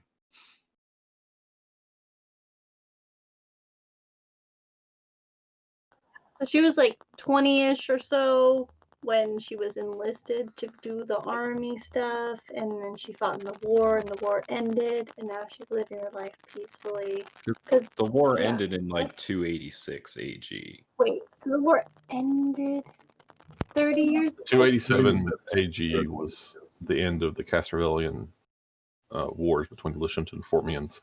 It's 317 is the current year. 317. Okay, so Aerodin's, yeah, a little older then. So 25, 35, 42. I'm 42. I think 53 is a good number because I feel like that's 20. She was in the war, ended 30 years ago. Yeah, Aerodin's age is weird because on renewal date, he's an adult. When he's born, he's already an adult. Yeah, I'm pretty sure Lashunta reached maturity at the age of 50, if I remember correctly. Do they? So then she'd be He'd be older. like a teenager serving in the war. That's reasonable. You know. Like fresh-faced adult. Like You'd be like a 17-year-old that made it in. Yeah, we'll go. Yeah, she was younger and impressionable, and was trying to do good for her world. because I have Kiasi, she wasn't even old enough to like serve in the war. But you're she was so like smart. 7. You gotta work on your brains. I just had to work on my bronze. I I'm didn't like have a choice. like she was 7 when the war ended. So Yeah. Yeah, because that's how she met Aerodin. As you guys are as like Zost and Corey are like talking about the Formians, like if you do have like a higher like passive perception, you do see that Aerodin is just like mouthing some names to himself as he's like sitting there being quiet. How does this? I have a -1 in perception.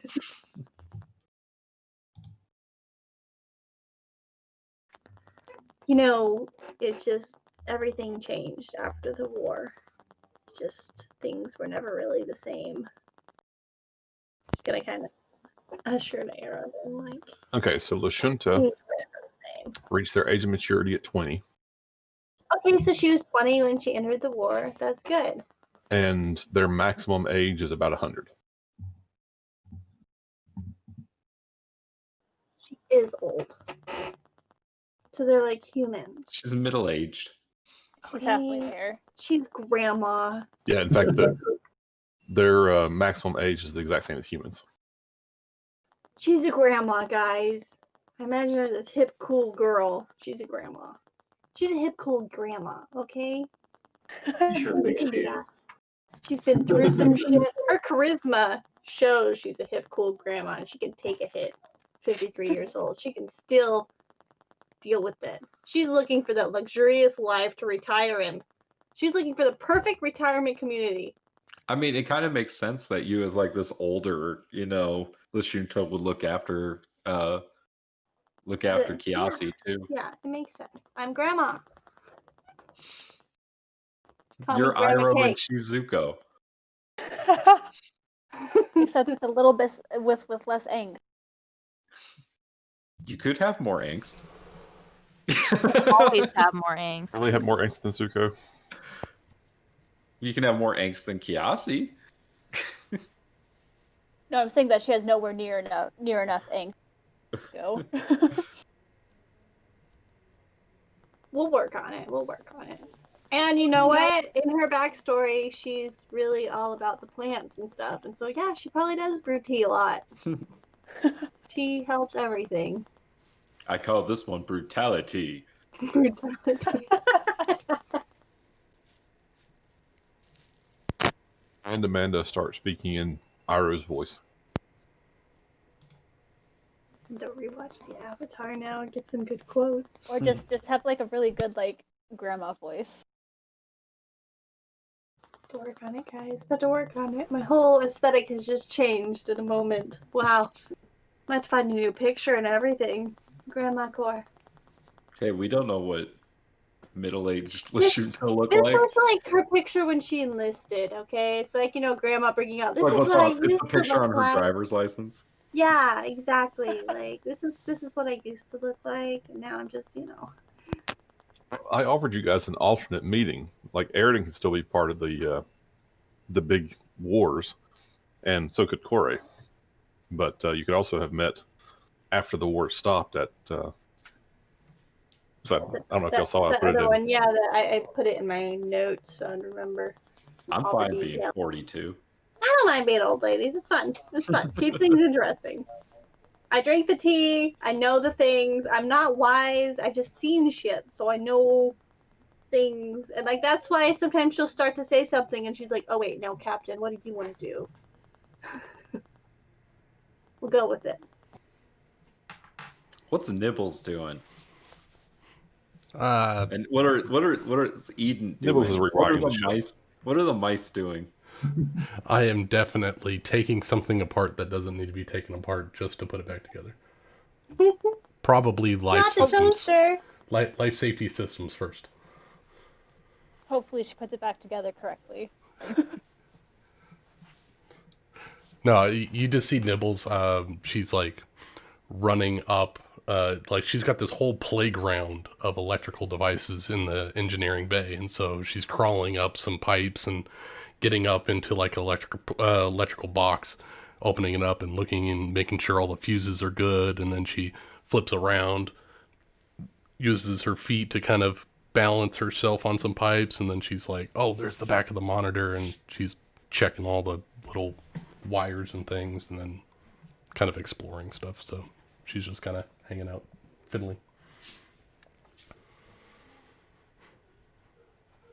Also, I'm running through all the ducts to make sure that they didn't put a tracker somewhere in the ship. So you hear like scurrying of feet on air ducts, like. Tuk, tuk, tuk, tuk, tuk, tuk, tuk, tuk.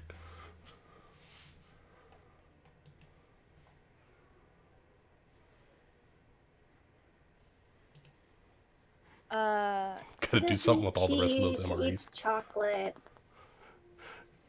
Yeah, exactly. I bought a bunch of rations just to take the candies out. Gotta do something with the rest of that food.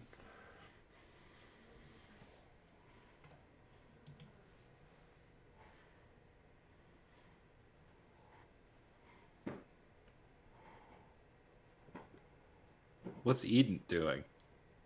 Eden is taking apart, cleaning some weapons, all the while kind of like putting like a little portrait of his family, occasionally looking at it as he's doing it. Got to keep in tune with his roots.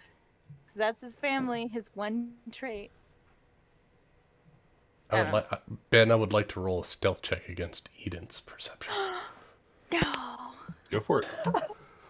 What are you going to do? She's creeping on your kids. Ah, gross. Come on. She's picking favorites. All right. Eden's passive perception is not that high. No.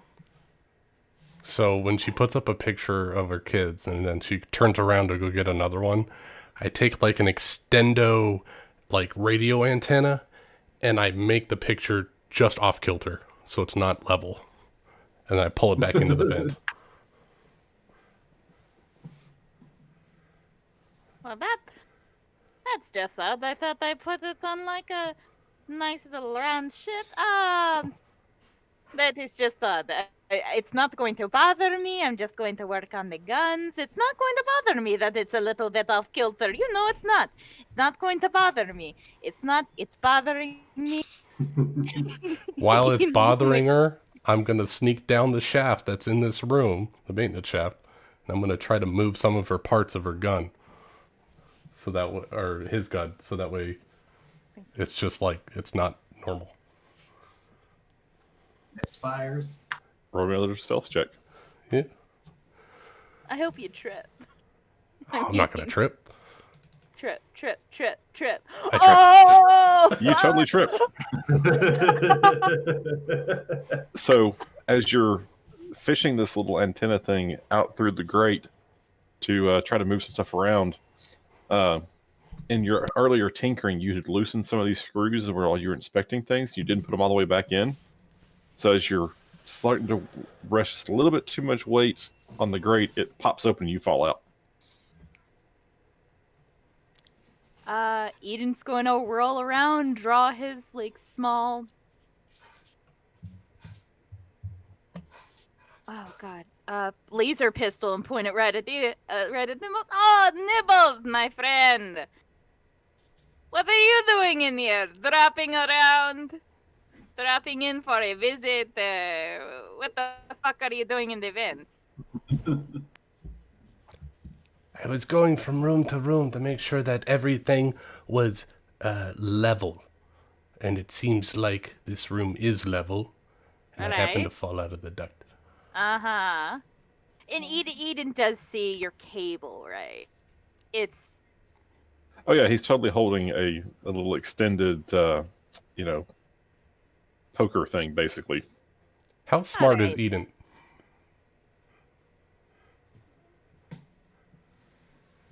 I don't know, he's got a 12. Smart enough to know when he's being fucked with. I am my father of You 3 gotta think beautiful he's got children. kids. You don't think He's used to all the you don't fuckery. think all those little kids are playing pranks on dad? Eden has +1 to both wisdom and intelligence. I don't think you're going to get this one past him. Look, Nibbles, I appreciate, that you're playing tricks and you're, using the day to your best ability. And I'm not going to say anything, but I will say this. I will be really disappointed if you keep on doing this. Put time and energy into things that oh God, doesn't do anything, but still, put more time and energy into something, like doing something with the engines or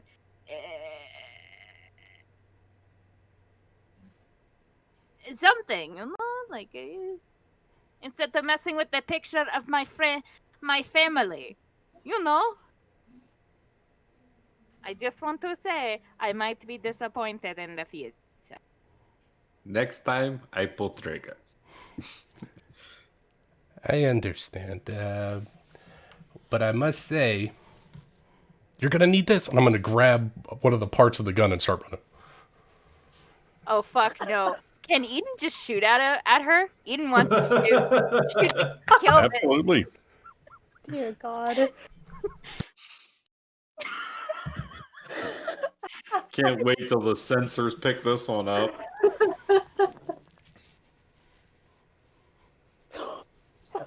Well, shit. That's a hit. Is there any close range penalties? No. Besides, you were running away. I assume you were at least 5 feet away. Yeah. Oh, fuck. Nibbles done got caught. So, you managed to draw a bead and shoot Nibbles right in the ass. Does Nibbles drop Captain, I'm showing shots fired in Eden's room. Did I just hear laser fire? Yes, this crazy rat is shooting at me. You don't call me a rat! That is something that is not good! Why do you refer to yourself as a rat? We are not rats! Why would you? That is not something. That is beside the point right now. You do not steal my weapons! Or else you will face, It's like a racial slur to them. You face the wrath of Eden Snow, and you shall finally realize that just because I am a father of three beautiful children, that does not mean that I take any survivors. Cass give is me gonna the make her way fucking back there.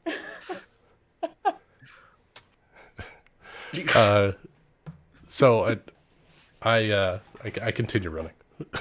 Oh, well, all right. Eden is going to chase her down. Looks like she's chosen death. He's chosen death. Maybe. Oh God, I don't have that much ammo. I didn't think to pick up any more. It's fine. It's fine. It is funny. I'll shoot again. Not before I stun you. So that's a miss. So, If it's possible, can I use Psychokinetic Hand to get the weapon out of Eden's grasp? You can certainly try. I have to be right back. So I Do give you the want part me back to and I go and hide. we're not done yet here. No. Eden will take it. That is. Don't ever try to steal anything from me, especially my gun. No one does anything to that. No one. I get the feeling Nibbles just dropped it and kept running. Yeah, no. He's going to mumble that. No one steals anything from me. If she decides to do it, that's fine. Then she just has to choose it. What does she think that I will? That I'll pull my shots back? No, I won't. I aim for the heart. Oh hi, how are you doing right over there? Is there a problem back here? Oh, just a little bit of captain and not captain, but crewmate banter. I just want everyone to know right now. Don't touch the picture of my children, my wife, and my guns. Otherwise, I will be sure to kill. This is your warning. I just want everyone to know. Please All right. refrain from shooting inside of the ship, or I will confiscate your weapon. I'm not the one who started it, but whatever. I'm going back to my room. I'm going to clean my parts. No one touch my ship.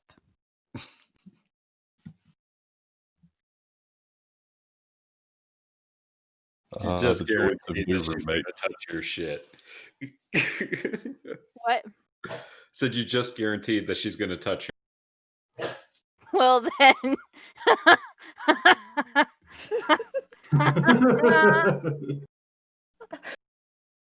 I'm glad I'm not your roommate. Like I can just see like there's like a line of tape on the floor and like something falls over the line of tape and Eden just Blast shoots it at back to it. the other side. yeah. I imagine Eden's pretty open with his shit, but it's kind of like, yeah, just don't touch it, otherwise I will, shoot you. Look but don't touch. You like your Yeah, You trade could yeah, come yeah. hang out. Just leave everything where. Yeah, like, he's a pretty chill guy. Just don't mess with his family. Don't mess with his weapons. It'll be fine. What were Captain, the the bunking planet is assignments? approaching. Sorry, could you repeat that? I was just saying. Oh, go ahead, Ben. I was just asking, what were the bunking assignments? Everyone has their own room except for Aridin and Core they're sharing. Buddies. I'm pretty sure Okay. Nibble said that she set up like a hammock or something in the Yeah, engine bay. Nibbles sleeps back there in the engine room. She didn't want to share. In the rear airlock. Yeah. We convinced her to change that idea after learning of Zos' Yeah, past. she's just sleeping in the engine room now. Hopefully trembling, like. But I was saying, Captain, the planet is approaching.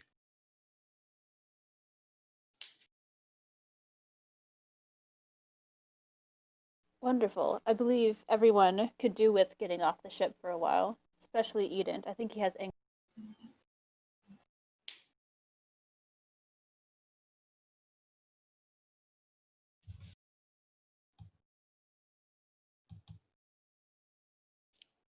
We shall be touching down in Copperette shortly.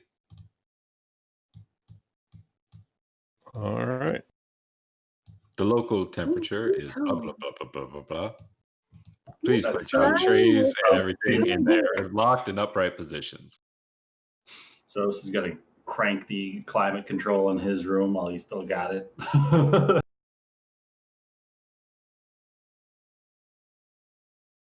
Thanks for flying with the sunrise maiden. If you have any children above this height, please secure them. Oh, geez, I better go check on the rats. Somebody needs to make sure. Seriously, it's a racial. It's a racial slur. That's their word. You can't say that. She's like, look, I don't let my kids say it. I'm not letting you.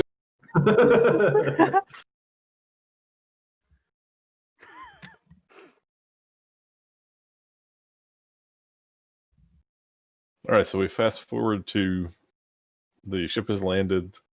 The customs agent is now at the boarding ramp and is asking to speak to the captain.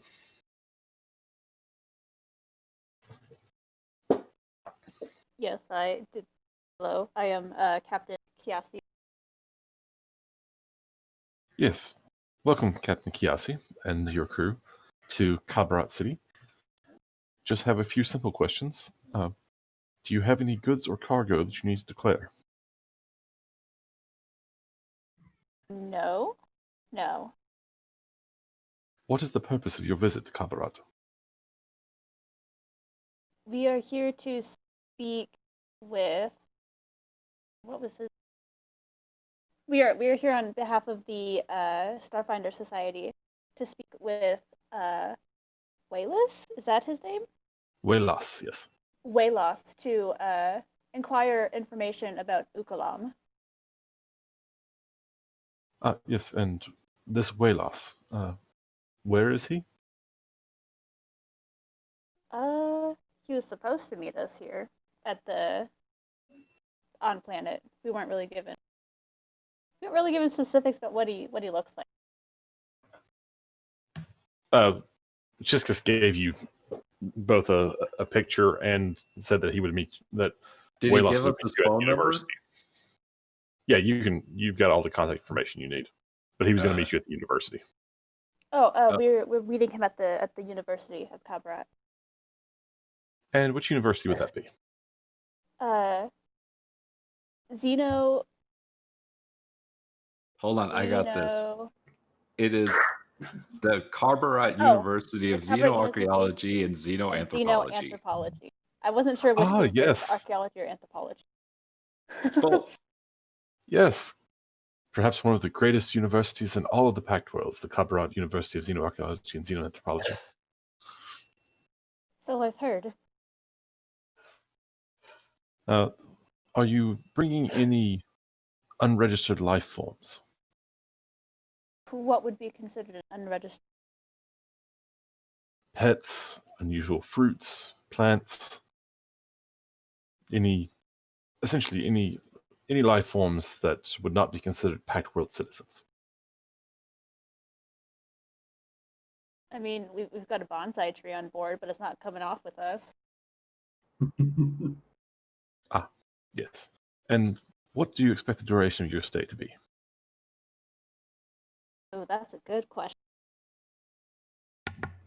To be determined, based on the information that we receive at the university. Well, we should give him like an so. I don't know.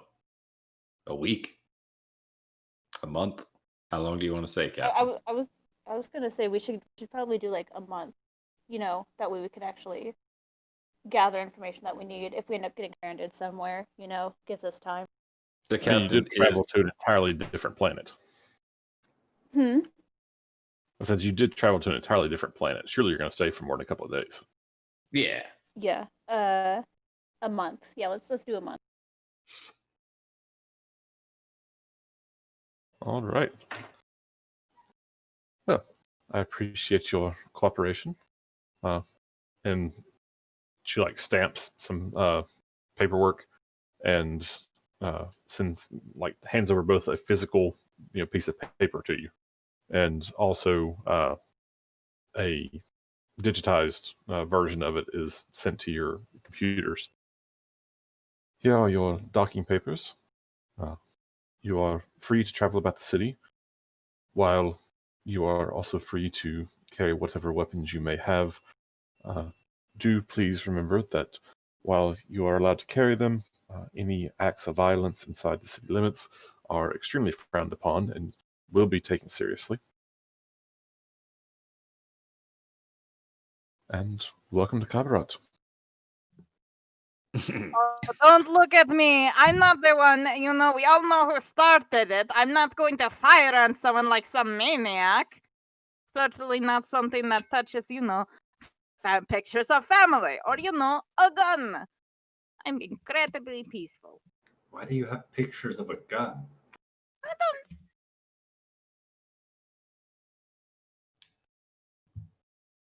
He looks like the type that studies, archaeology and Yeah.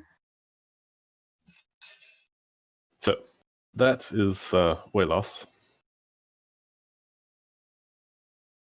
And now that you guys have landed, I assume one of you probably gives him a call.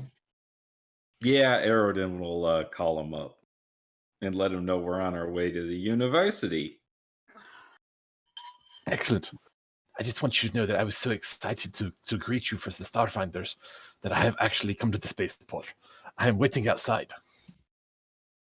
Oh. Well, we'll be out shortly.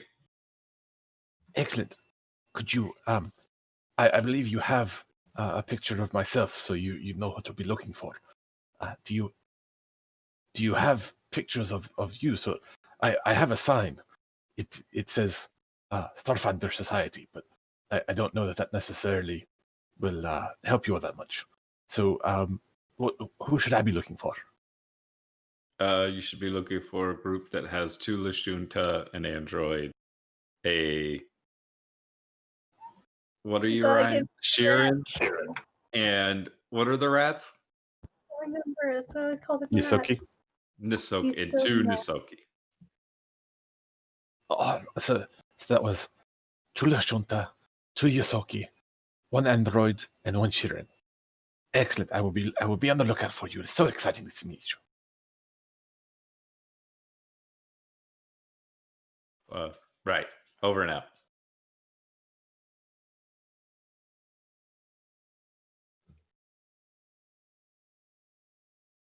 All right. He clocks in as evil. Come on, no one That smile says evil. Yeah, no. He seems too forward. He seems too nice. He's got to be evil. Well, that's the thing. You'll just have to find out. He's totally evil. So I know it's been a little stop and start so far, but why don't we take a 5-minute break and then be back and keep rolling. All right. Okay.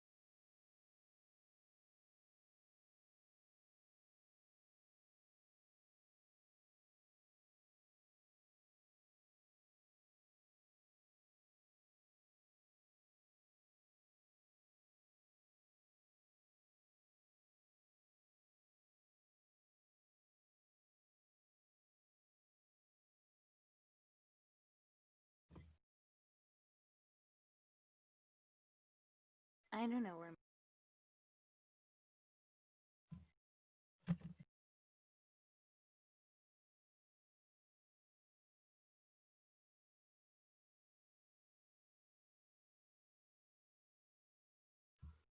Yeah, he kind of does. It's like, this guy looks familiar. Why does he look familiar? I'm like, I'm back. oh, I know.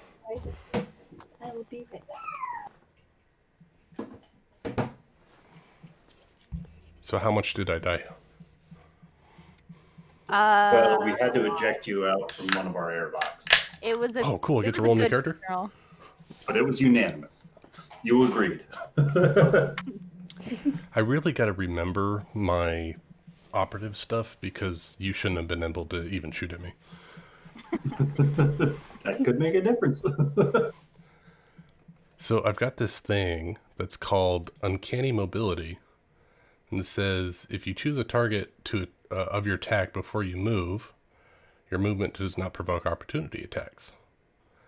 And when you use a standard action to move, you can choose one creature and do not provoke opportunity attacks from that creature. Nice. I found my roll.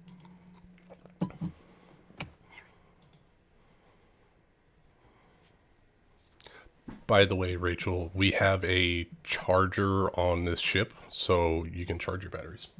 Okay, so that I can charge up my laser pistol, so I'm no longer running. Shitty.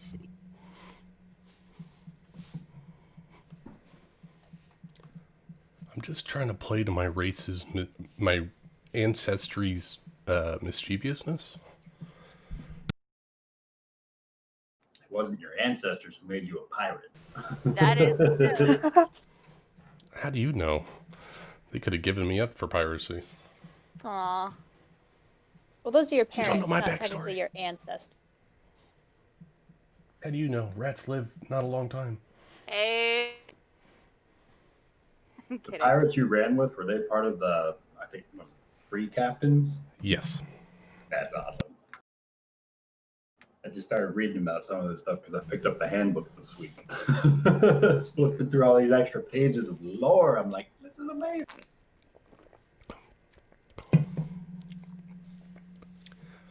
Yeah, I ran with the free captains for a little bit. You know, just kind of hanging out, fixing pirate ships, saving up enough money so I could fix my poor folks' voice box. Aw. We're talking backstories? I gave a mechanical reason as to why I can't maintain one accent.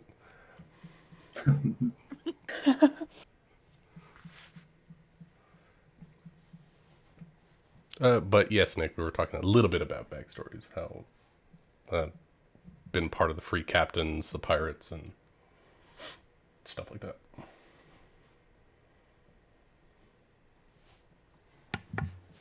So you're a pirate? That's why you're such a little shit? No, I just figured I'd bother the old man. Oh man. How old is he? How old do the Yushinta live for? I never. They reach maturity at 10, and they live to an age of 60 plus 1d20 years. So Okay, max 80 years. Okay, he's 34.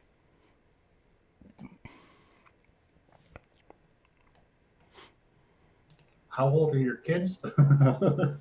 He didn't. He had it at a later life, you know. Not Wait, not- so, like, is Eden old enough to be Nibble's father? Yeah, how old is Nibbles? You don't ask a woman their age. Yeah, I just did. I mean, women ask other women their ages. Yeah, that. Oh, that's right. The captain's asking. Shit, caught me on a technicality. Nibbles is 14. She's a Oh, baby. yeah. Eden's really... She's could not a easily- baby. She's a full adult. Oh, she's mature. I don't know about mature. It does mean I'm Eden getting could be your very- father. I don't see the resemblance at all. I do. Nah. Who is asking about favorites? Well, you're no longer my favorite on the crew. That means he's got a favorite. I don't have a favorite child. It's okay, you can tell me. It's I just me don't and your have- mind. Wait, you had a favorite crew member? This is your conscience Remember. speaking. You can trust me. I don't have a favorite child. Sure you do. The one on the left of that picture. No. Oh, so it's not him. All right, we're ruling him out as we go. Okay, that is going over the line. That is my little girl there. Not my, Yep, but not your favorite girl. no, I don't have a favorite. I told you, no, I don't have favorite. Well, I Oh, mean, boy. is she your only daughter?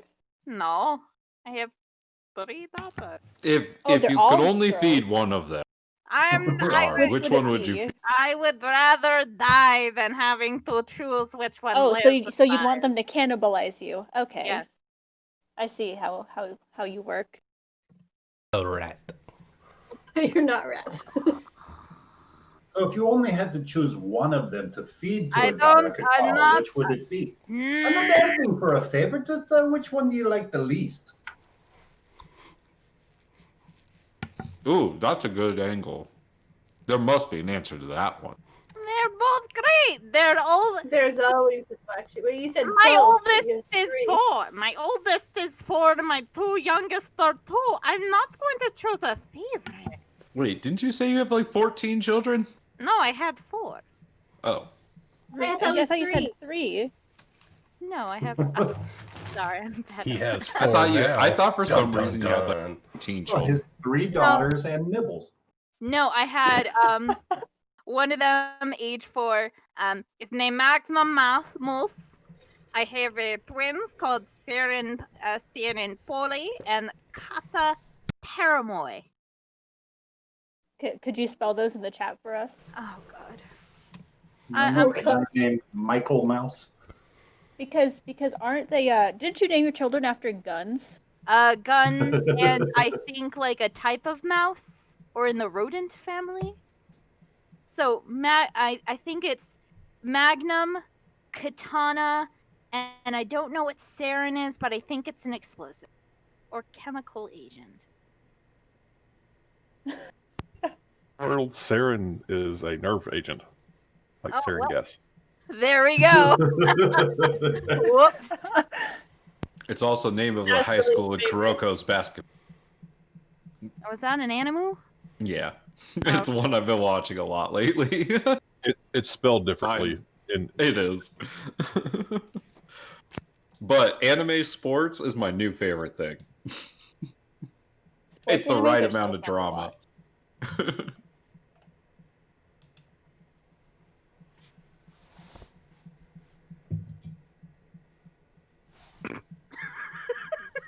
What? So who's your least favorite? I don't have a least favorite. Why do you keep Who's like interrogating the me on middle that? favorite? Well, if there's like 3 of them, you could easily rank them 3. But Right? the twins, are both the twins named Saren Poli? Like, they both have the same name? No. It's Saren Poli and Kata Paramoy. Poli's the those are, second one. oh, okay. Yeah. I thought you said you had 4. Now I'm confused. Yeah, no. Oh, Wait, so what are your, I do have what are your, 3. what are your Fuck. kids' names again? God, okay, hold on. She has a missing twin. Dun, dun, dun. I'm Corey, sorry. I think the Saren fourth Poli one is is one his twin. least favorite. Kata Paramoy. Oh my lord. Paramoy. Okay. Paramoy. So if Is the you sex- had so to those give are the one of your twins. kids to the free Captain Pirates, which one would it I'm be? not. None of them. I would rather become a pirate myself than to. Well, I mean, if you Told you, had it's in my all my- ancestry. If you had to leave your kidneys behind, Why for your are we food having? Why are we having a fucking conversation about this? I told Oh, you we're just I love talking about it as we're leaving. Buelos needs to know these things. Well, you're going to die to never know the information because the information does not exist. Well, Does it means it'll does your wife have a favorite? It does not exist No! yet. My wife, Dolores, does not So have you a. discussed this with her. No, we don't discuss this with each other. We love our children. Who do you love more, your wife or your children? Oh my god. And at that point, you see a guy holding up a sign who seems very excited that says Starfinder Society. Starfinders. Oh, look, it's Walos. Oh, thank God, able to rescue me from this conversation. Take me with you. You guys are dope shit. Maybe he has kids. I bet he has a favorite. So, as you approach Walos, you notice that even for a Demaya Lashunta, he is tall and thin, almost to the point of seeming gaunt. His clothing is a stylish blend of local silks, but the overall ensemble shows considerable wear, as though he has relied on this nicer outfit for formal meetings for many years. He nonetheless beams at you with antenna-twitching excitement to meet the PCs and show them around Kabarat. As an advanced student of xenoarchaeology, he has collaborated with members of the Starfinder Society before, and he's eager to hear about PC's recent findings.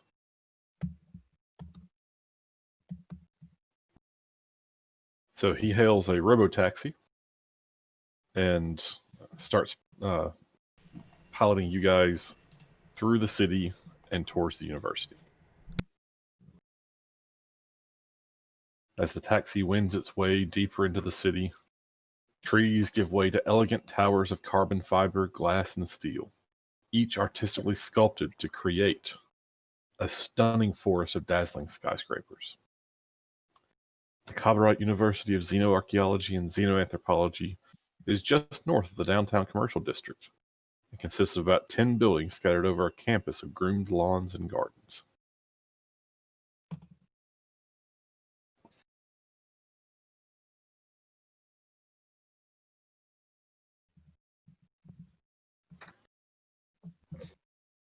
So I'm so excited to meet you all.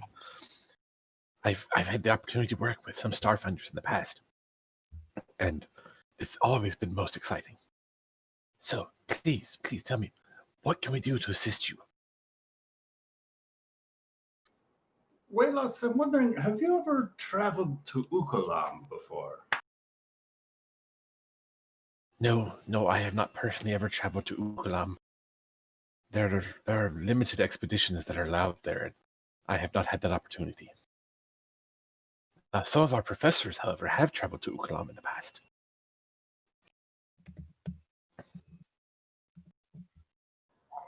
Do they have things that they've brought back, information, studies, journals, stuff like that from traveling there? Is there anything interesting they found? Oh, of course, we have many such items in our archives.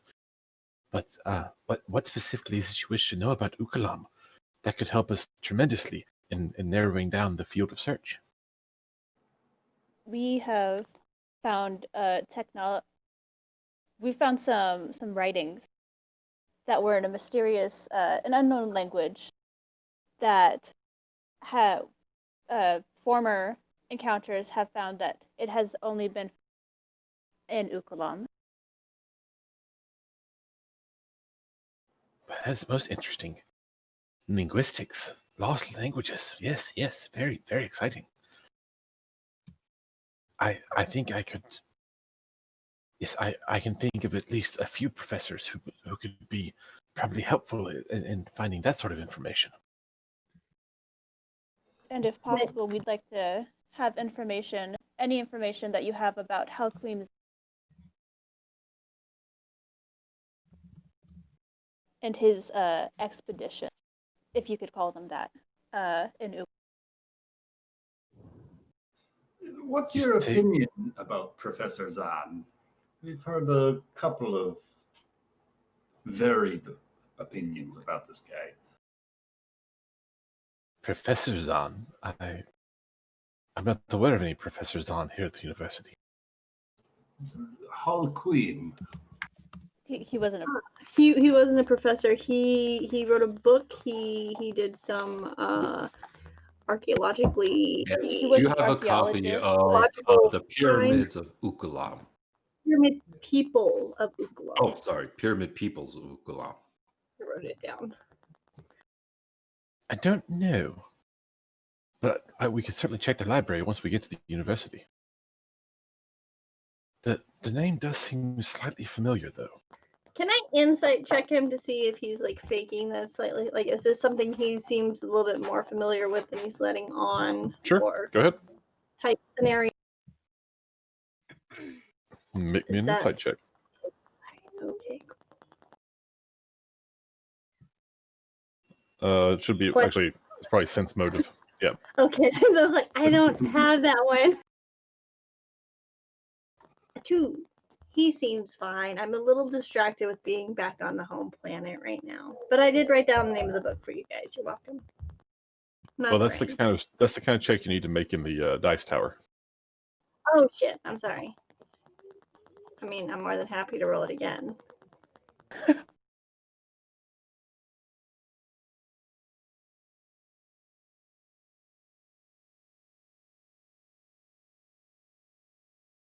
Okay. So yeah, he seems excited, helpful. He doesn't seem to be hiding anything or holding anything back. He seems pretty cool, guys. Like, I mean, I'm just, here's the name of the book. I am enjoying the surroundings. It's been a while since I've been here, so just, How do we check and make sure he's not part of the corpse fleet? I'm kidding. Ask it. But I think the skin is a dead giveaway. Dead. And the antenna, probably. Dead. Yes, We didn't. I think I know exactly who to take you to. When we arrive at the university, I shall take you to Professor Muhali. Professor Muhali is the head of the Linguistic Anthropology Department. Her office is in Alcima Carre Hall. these are all really big words to try and write down. Lead the way. Yep, we're happy. So you just seem really eager to be a part of this. I mean, you tag along with a lot of Starfinders. Are we, is this usual thing for you? Do you owe Chiskis something? No, I have had the opportunity to work with some Starfinders in the past, and it has always been a most exciting. The Starfinders tend to go to the types of places where, well, the university typically will not allow us to go due to various dangers. So it's an opportunity to learn things that we wouldn't normally have access to. It's most exciting. So the Professor Muhali could approve for such transportation to, so say, Ukalam, for example. That is possible. Yes. I mean, it would take some coordination with the government, but I believe that should the head of the Kabrat University of Xenoarchaeology and Xenoanthropology's Linguistic Anthropology Department make such a request to the government, that it would be likely to be heard favorably. That is a mouthful.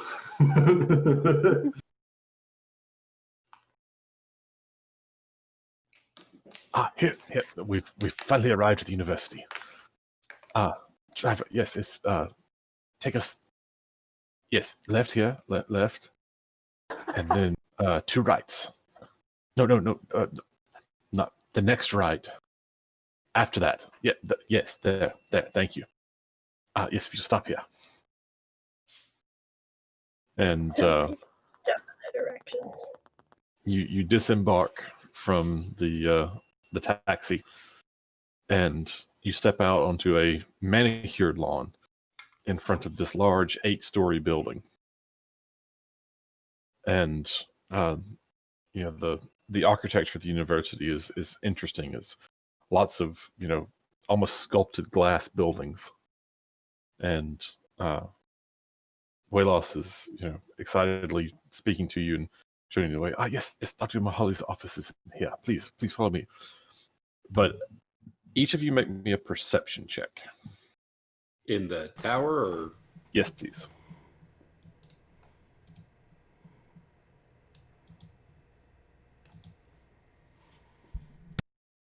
All right, Zost.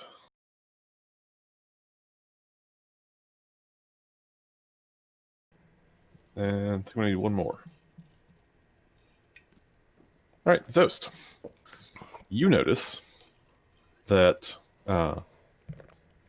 as you're approaching the building, like, you can see it's got kind of large glass double doors, and inside, even though it's a little bright outside and you can't quite see clearly into the building, it looks like there's quite a crowd in the lobby of the building that you're being directed to. Like, probably much larger a crowd than you would expect for a university lobby. But Walos is...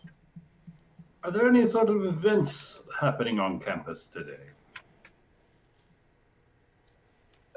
No, nothing that I'm aware of.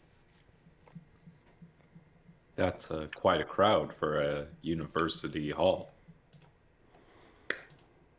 And as you point that out, Wallace is getting close to the door and he's opening up. He's like, yes, that is a little unusual. But he opens the door, and as he opens the door, it's kind of loud. There's a lot of people standing around in the hallway. They all seem to be clustered around the receptionist area. And there's, they all seem to be talking at once.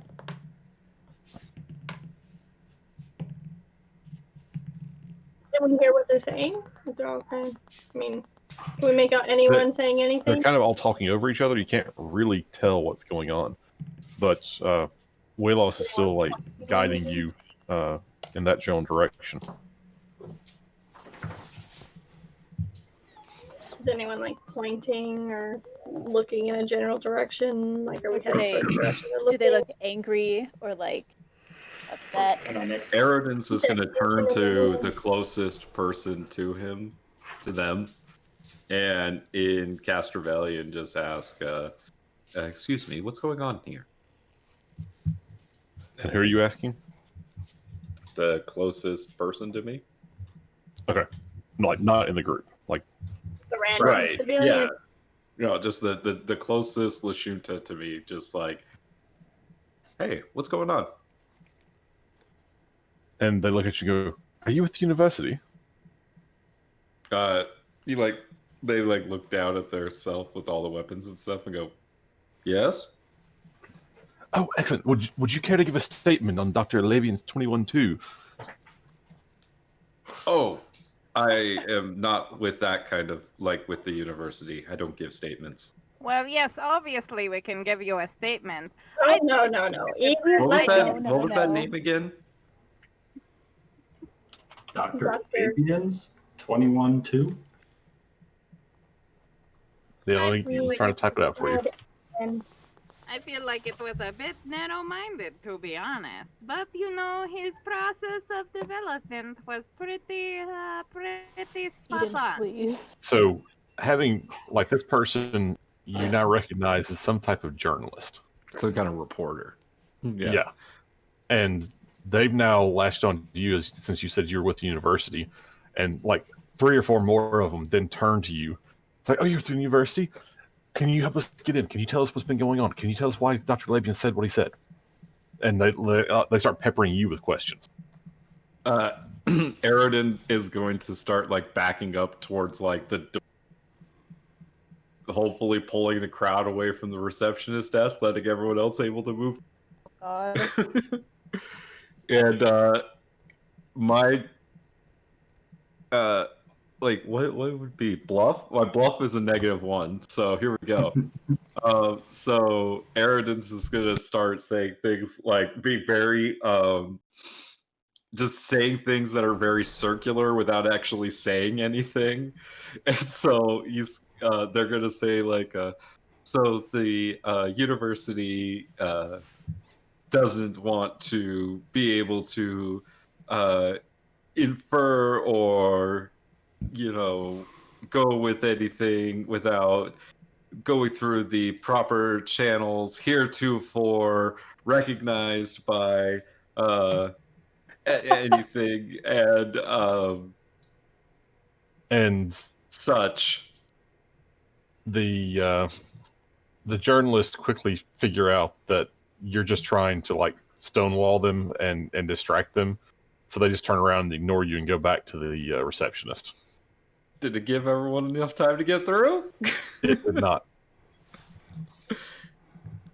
But it did give Walos a chance to get up there and talk to the receptionist. And he comes back to you and says, I don't know exactly what is going on here, I do. Who is Dr. Aleben and what is the 21-2?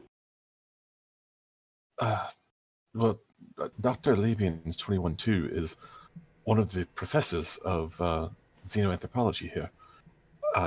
It appears that he was giving a lecture and may have made some rather incendiary comments. It has certainly drawn the attention of the media, and poor Ekimsi over there is just overwhelmed. He can't let us through until we do something about these media folks. He's trying to get assistance from the deans and the publicists, but no one's responding. He can't let any of them upstairs, and if he lets us through, he's afraid someone will try to sneak in with us. So we're gonna have to do something to help him. I mean, Is there such thing as, and Aerodin puts up air quotes, campus security? yes, there is, but All right, everybody, we're with campus security. We're gonna need everybody. And they're gonna pull out this big ass sniper rifle that they have. And this is a pure bluff. This is just an intimidation. okay. Well, that's certainly one strategy. So that's what Aerodin's doing. Oh man, I'm bad at these charisma things. You really are. I was just curious why you were the one trying them. Can I had a different idea. Nibbles? I don't know. Nibbles would like to Because look the around. reporters have me flustered. Nibbles would like to look around and see if there's a data jack or something in this area, like a wall panel or something. I mean, there's kind of like your typical display screens, notice boards, CCTV type stuff. Something that might be connected to a local network. Well, it's going to be effectively all Wi-Fi at this point, so you could connect to the university's infosphere. Okay. Captain, maybe you should try. I won't do much better than you. Oh, Ask who's our Corey. charismatic I person? have an Corey. idea. Corey, you should try. So I don't know. I Who's know our face? I You have. did. You're good with crowds, like all those kids that you have. Okay. So I know that we can do something like telepathic. I don't know if we can do multiple people, but I have an idea and I want to try it and I'm just gonna go for it. Corey's gonna look. You're just going to go for it. You're not going to describe it first. Well, yeah. So is there a back door? Like I assume there's some sort of back door somewhere around here. Yeah, but this is a fairly large building. There's definitely other entrances, but So I'm gonna kind of go to like the entrance area. Yes. We'll go find him. Okay, bye. So I'm gonna go to the I don't know, like an area, and I'm gonna say, "Look, Dr. Albeans is trying to escape through the back door," and she's gonna see if she can get some of them to herd out a different entrance for their scoop, and then behind them close the door, if possible. okay. So you're trying to cause a distraction. Are you using any special abilities to do that, or are you just trying to trick them, basically? Maybe a bluff. I mean, maybe diplomacy, if that's a thing, because that's a really high score. But probably more of a bluff, I'm guessing. Yeah, what you're describing is more of a. I guess I'm asking, do you have any sort of magic or technological devices? I was gonna try and use her like the telepathy that she has to like get into people's minds, so it's like sounds like multiple people are saying it and not just her. Like they hear it in their mind, but since it's so loud in here, it's like they can't tell it's in their mind. Well, Could we- basically everyone you're dealing with is at Lashunta. So So that's totally. I have an idea if I could aid her. Yeah, I'll take. Okay, Although I'm not well- sure if it'll actually well, I'll put it this way: work this is with how. effectively this is going to be a skill check. So you guys are going to have to make a couple of successful skill attempts to. Well, I had a spell that I figured Wait. I could try to use. Okay. So if you want to use a I spell have- of some kind to assist her, that would certainly help her. I have ghost sound. Which Okay. I can I can make any noise. I don't know if they'll be able to hear it over how much noise they're making, but I want to like. Well, it's just really too bad that she specifically said she didn't want to talk this over. She just wanted to try it. So. Well, okay, guys. I mean, like, I was gonna try it, like, as in, I'm gonna go. Oh, so you did want to talk it over. Maybe Well, like a while Corey is acting on it, Zost is telepathically speaking to the rest of the party, planning something. go, Zost, one at me. It's cool. No, it's fine. Oh, you're giving us the distraction we need to plan something. Yeah, I'll do what I can with it. I notice what Corey's doing, and I want to use ghost sound to create the sound of footsteps running to make it seem like, he's actually like actively like darting out the door, Okay. So you cast that spell, and I will give. I will lower the DC for what Corey needs to do to help distract the journalists. Yay. So that's going to be a DC 15. I guess bluff check in this case. You can do it. Do you want me to roll in the dice tower or open? Can No, the you rest roll this of one us out, Neo. like actually like start whispering to like aid her? Oh. Never mind. Corey, she's just not one for the planning. She's I thought you were a charismatic person. I have a plus All right. 4. Yeah, All you got a right. +4. Plan B. Eden has a smoke grenade. Yes. Okay. Here's I my. like this plan B. Okay. So here's at my this plan. point, you guys have been like trying to come up with ideas for what you can do, and it's been, let's say, I don't know, about 5 minutes. You tried impersonating a university official, and they kind of listened to you, but then they just like, this guy's an idiot. And then you tried to like scare them by brandishing a gun, and they were like, he's already impersonated one university official. He's not campus security. Well, I tried. Did he fire it at least? No. No, he No just fire. brandished a sniper rifle. Wow. Okay. Not going all the way. Okay. They said don't make the violence. It's not technically Can't do violence. And then you had Corey trying to, like, guys, he's getting away. He's over there. And at this point, they're just ignoring you. Okay, yeah, they're just not listening to us. Okay. Smoke We grenade. need something bigger. Smoke grenade. Well, what was your idea in our minds? Ah. I mean, I'm all for a Is there smoke like seriously, is there like a fire alarm we could pull? Yes, there's definitely fire alarms in All this right. building. Nibbles What and Eden, Nibbles get was on it. going for. Hey, 'Cause where's Lucas never Morris told Bent? us what Nibbles was trying to do.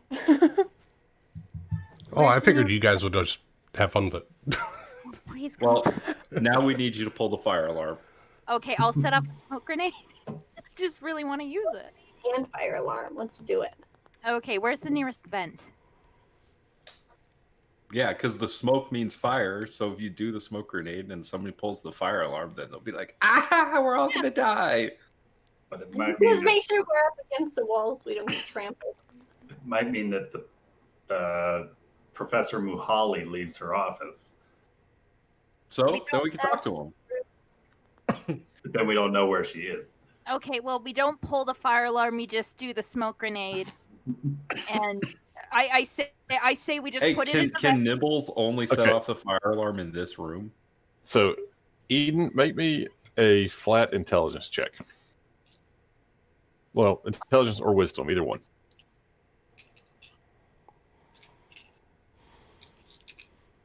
Ooh. Woo-woo! All right. You're 100% confident that if you set off a smoke alarm inside, or a smoke grenade inside this building, it will trigger the fire alarms and they will evacuate the building. Want them to evacuate the whole building? I We just want these mean, people out of the lobby. We don't want them out of the whole building because we need to be in the building. Well, but people are going to Nibbles- come back in once they realize there's not actually a fire. What will that take? Especially if there's a smoke grenade going off. Corey, you think you could hold those, like in your mind, you hear Zoe's voice peeking out. If we were to force some, if not most of the crowd back out through the doors, you think you could hold those doors shut and barricade them out while we deal with the receptionist? What do you Hey, mean? Yeah, I could do that. I could hold doors. That's what I'm here for. That, you know. We could try to just herd them like sheep. Like Stop. physically push them. Well, it seems that these discussions are going nowhere. If they're refusing to see reason in the words that we bring them, and they're refusing to succumb to our threats of violence. We could show them actual violence. Not violence. Just gives them a push. No violence, or else we Okay. might be arrested. What if we just set off the fire alarm with no smoke grenade? Because then they're just like, oh, false alarm. Everyone comes back into the building, but we're already there. Or we could like keep the reporters outside after the alarm goes off. I guess So it's I'm soon. going to take this opportunity as a DM to remind everyone that we're playing in a futuristic, technologically advanced setting. So think less like what would happen if you're playing I'm talking D&D. about Nibbles hacking the computers and I setting get off the that. fire alarms. But think more about if you were to go out in a group today to somewhere on your local university, trying to meet a professor, and pull the fire alarm. What do you think they would do? Would they let you then go talk to the professor? I could fake a heart attack. No, they won't know we did it because Nibbles is going to secretly do it. I heard that if you pull those fire alarms, it sprays out like a blue color all over your hands. I'd never. I have one more idea. I don't know if it'll work, but I'm really diplomatic. So I think possibly if I could get up to the reception desk and use their over the intercom speaker thingy and let them all know that Dr.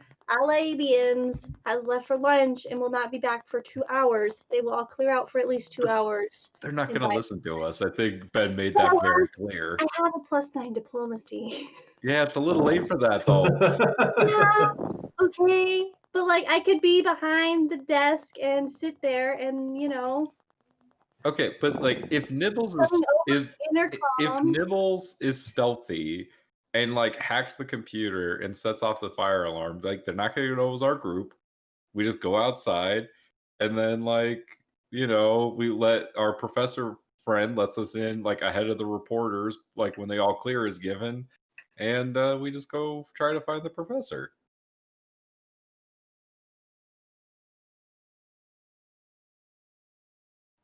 Stealthy as Nibbles and hacking computer systems. Because we were able to trace files back to a specific company that didn't want to be found. I mean, this is like Nibble's specialty, right? Just being oddly quiet Yeah. right now. Oh, what? Sorry. I'm volunteering you to stealthily go hack their computer systems and set off the fire alarm. That way they don't know.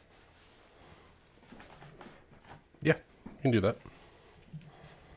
Casually. So I go find a dark corner and I try to tap into the network and see if I can set off a localized fire alarm just for the lobby, while also going on to the speakers in the main area saying, "This is not a drill. Please leave the premises immediately." And it's going to be localized to the lobby.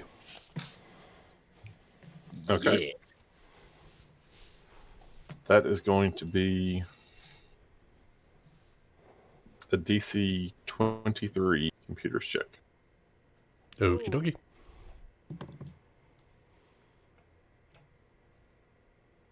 Yeah! Damn. See, I knew this was a good idea. Our first success. It's your first double-digit roll on this. Okay, so Nibbles, quietly sitting over there in the corner, has accessed the computer system for the building, has found that there's very little trouble in getting into the security and fire prevention systems subnet. You've disabled, temporarily disabled, the alarms on all the other floors and all the other areas besides the lobby. And you then trigger a test of the fire alarm system. The lights and the alarm in the lobby start to go off. Several of the reporters start looking around like, oh shit, seriously? But seeing that the receptionist is also kind of looking around a little startled and starts going, okay, everyone, we need to, orderly, we're going to have to leave the area. Please, if you'll just, exit through the front door. And, the announcement over the speakers is doing the same thing. So everyone starts trundling out. Okay, fine. And I get on what the do you common guys? like, grab the receptionist. Grab the receptionist. Hold on. I have an idea. So what we could do is like we could be the doors open for all of the reporters and stuff like that, and then Nibbles can turn off the alarm right as the last reporter leaves, and we just close the doors and maybe lock them. We lock the doors, and I said it's a really big room. I'd be happy to lock them and barricade them and hold them closed All right. like I was holding. Let's see. What sort of skill check would that be? And then whoever has high diplomacy could be like, there we go, I'll clear it out. This is as asked. All right. Who wants to make me an engineering check for successfully locking the doors? Aerodin can do that. I've got a +7. Do anything to that. Okay, so you're getting all of the people out. No one's really expecting the doors to be closed and locked. So we'll call this a DC 15 engineering check. Oh, I'm scared. All right. Here we go. Yes! Yeah! All right. So you successfully heard all these reporters and everybody out. And right as the last of the reporters go, someone has grabbed the Kimsey, the receptionist, and Walos, and has let everybody else go out first. And then Aridin very swiftly closes the doors, quickly hits the the manual lock, as well as like a keypad lock to lock the main doors. And at that point, Nibbles cuts the alarm off, and who is then going to turn and explain things to the receptionist. Cora will do that. Ha!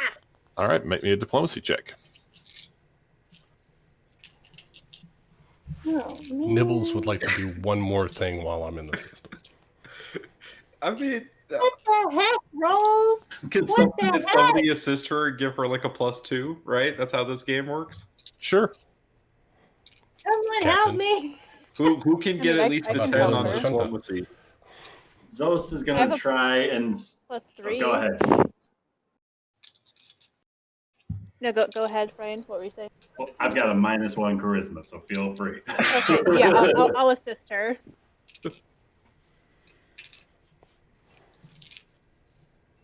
How's a 23? Why didn't you just do it? I mean, you have a +3, you got 23. 16. Hey, 16 is still good. 16 will be sufficient. All right, Or and just- Nibbles, what did you want to do? While I'm reconnecting the system after turning it off, I'm reconnecting it to the building. I'd like to see if I can pull a map of the complex. Sure. You're able to get a rough schematic of each of the floors. Basically, like the directory information that says, "Oh, this it's wing, this person's wing." office and this person's Yeah. thing. Yeah. Cool, perfect. To be fair, I guess it's not super believable that a grandma just pulled a fire alarm. All right. Lobby is secure. Captain. All right. So, Corey, what do you say to the receptionist? It's all right, dearie. It's all right. This was just to clear out the riffraff. You're all safe now, and they won't bother you for at least a little bit longer. All right. And the captain nods, and she's like, "Oh, okay, it's fine then." The captain just gives him that kind of Fonzie, like, "Hey." Wait, there's the button. Oh well, thank you. That was unexpected, but I'm glad you got them out. I hope the dean and the publicist will be down here shortly. They can handle this. I'm not equipped for this. But well, once now, thank you. Yes, you needed to go see. What else? Who was it that you needed to see? We needed to see Professor Muhali, if at all possible. Oh, okay. Give me just one moment. Let me check. And the receptionist goes back, pulls up the kind of the professor's calendars, says, "Well, Professor Muhali is actually very busy at the moment, but well, I think I kind of owe you one for getting all those people out of here. I can, yes, I can squeeze in an appointment. I can move that. I can, yes, I can get you an appointment in about an hour. I'll have to do some rearranging, but I'm sure Professor Muhali won't mind. So, yes, thank you very much. Waylas, if you'd like to lead them up to Professor Muhali's floor, I'm sure that she'll be with him in an hour.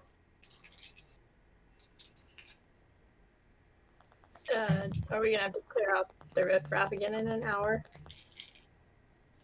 No, If we're upstairs. He's letting you guys go into the building and Oh, we get upstairs. oh, okay, cool. Yeah, let's go hang out in the lobby and get some snacks. Like not this lobby, but you know, like there's the Floor lobby. Yeah, is there a Yeah. vending machine? Yes, you can find a couple of vending machines. Ben, when I tapped into their system, did I notice any countermeasures or anything when I was going through? Not for what you were looking for. No, this wasn't like a secured system for anti-hacking. No one thought they were going to be hacking into the fire alarm system. Gotcha. Would I know? It's protected, but it's not countermeasured. Gotcha. Would I know if a complex like this would have a sophisticated defense system against checking security cameras? Well, so this system would not,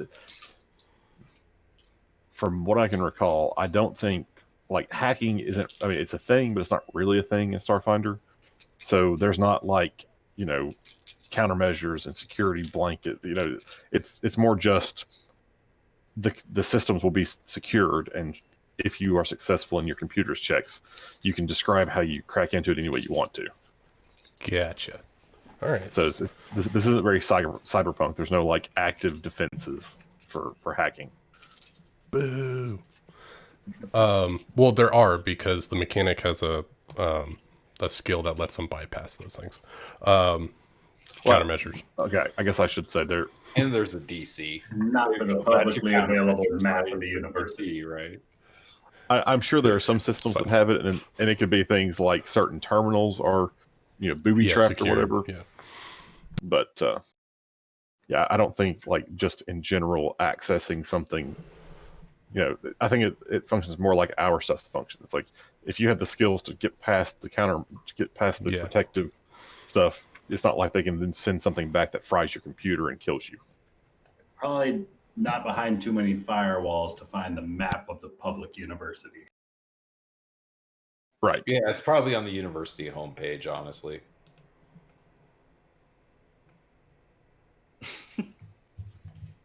Okay. So you guys are escorted upstairs. You find the vending machines. There's the Castrovellian equivalent of coffees, and if anybody wants some. Sure. Oh yeah, no, definitely. We're gonna hit the donuts and the coffee. And It's a bit hot for coffee, don't you think? True university perfect weather for experience coffee. toast. Your insides feel as miserable as your outsides? it kind of regulates the temperature so you don't feel it so much on the inside, We've got The some life of time. an I academic. think I'm going to take off this graphite armor. Well, I mean, the buildings are somewhat. I mean, They got AC. just imagine it's like you're living in, I don't know, Arizona or What's that like? or maybe yeah. even like Louisiana. It's hot, but people just kind of get used to it. And so there's air conditioning, but it's not set to like 65. It's set to like 75. Right.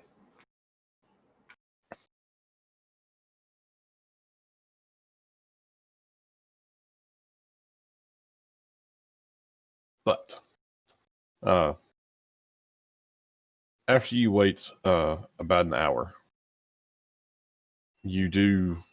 Oh, while we're waiting, is there like any pictures on the walls or any sort of like, like history type stuff we might come across? Just like, I don't know, like, hey, here's all the pictures of the people who were, employee of the month. Like, just kind of anything interesting in that kind of manner that we might gaze upon as we're just kind of chilling Yeah, here. you see like pictures of the staff, the different professors. You see some displays where they have like prominent former members, like plaques and things like that. Could I ask Nibbles to go online and get the statement that Dr. Al-Labian said that had all the 21-2. Yeah, Dr. Arabian's 21. Yeah, I should be able to pull that. I'm also curious about what this doctor said that is so rousing for the news. Sure. Use your gadgets. Go gadget Nibbles. I do that. I do that. I want to click Google, and then there's a little search box. So yeah.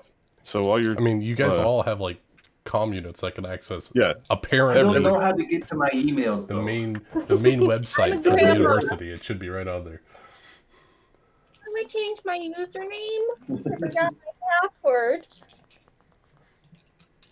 So we've got you find a couple of news stories, and they are not on the university websites. What you're able to track down is that there was a lecture scheduled by Dr. Alabian's 21-2 for last night. And there's a couple of stories that have come out about the inflammatory language and incendiary nature of the lecture that was given. And while it doesn't have a whole lot of direct quotes or anything, you get the general gist that what Alabian's 21-2 was saying was effectively that from a logical anthropological perspective, the La Junta city-states during the millennia-long wars really should have just gone ahead and, eliminated the Formian species as a whole. And, that was truly the only logical stance to have taken during the war, especially given the costliness, the length of time, the recurring nature of it, and those sorts of things. So, given that the La Junta city-states and the Formian colonies signed their peace agreement 30 years ago, not exactly in keeping with the spirit of the times, I guess you would say. This is such a random time for him to spout out and say something like that. Like, it's kind of, we're like, oh, it's over and done with. And he's like, oh, by the way, this is my opinion. By the way, this is my final solution. That's right. I am comparing him to Hitler. That would seem funded by the university. He is a member of the faculty. I'm going to write a very strongly worded letter at some point in the future. So that you have a feeling that was probably what everything was about. why everyone's a little upset about that. I keep changing my accents, guys. I'm sorry. I'm working on it. It's her voice box. It's on the fritz. Yeah. Keep switching tones. But Okay. Anything well, else that's you want to do interesting. while you're waiting? Nah, I think we're good. All right. Well, Waylos has been up there with you, waiting, and after the hour passes and the time for your appointment shows up, he goes and knocks on the door. Excuse me, Professor Mahali, are you free now? And the professor waves him in, and he waves each of you in. And as you walk in, you see that the office is clean, roomy, and orderly. A large desk stands imposingly before a broad window that offers a charming view of a nearby park, and a small table in one corner has a quartet of chairs arranged evenly around it. Near the door is a wide examination table covered with broken fragments of stone, many of which bear incomplete words or letters written in a spiraling text. Several tiny fountains throughout the room burble soothingly and shimmer with soft light. And there's a dog. And behind the desk, you see this Lashunta.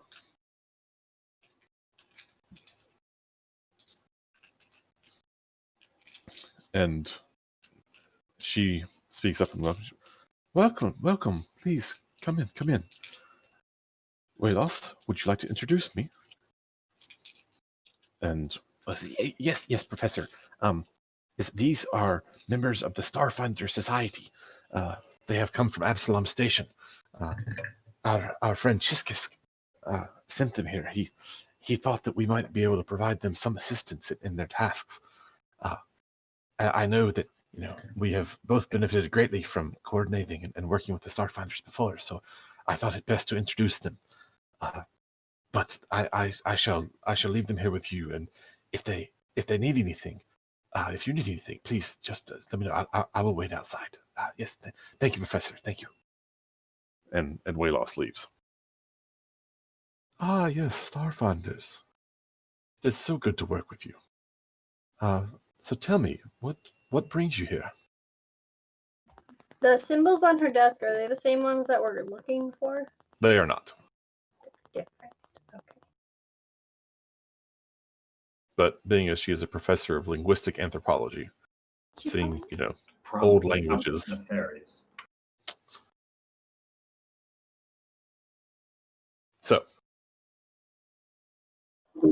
I mean, I We guess. have encountered what we figure is an ancient, primarily unknown language on a rock from in an asteroid from drift space. And we were wondering if you were familiar with the language.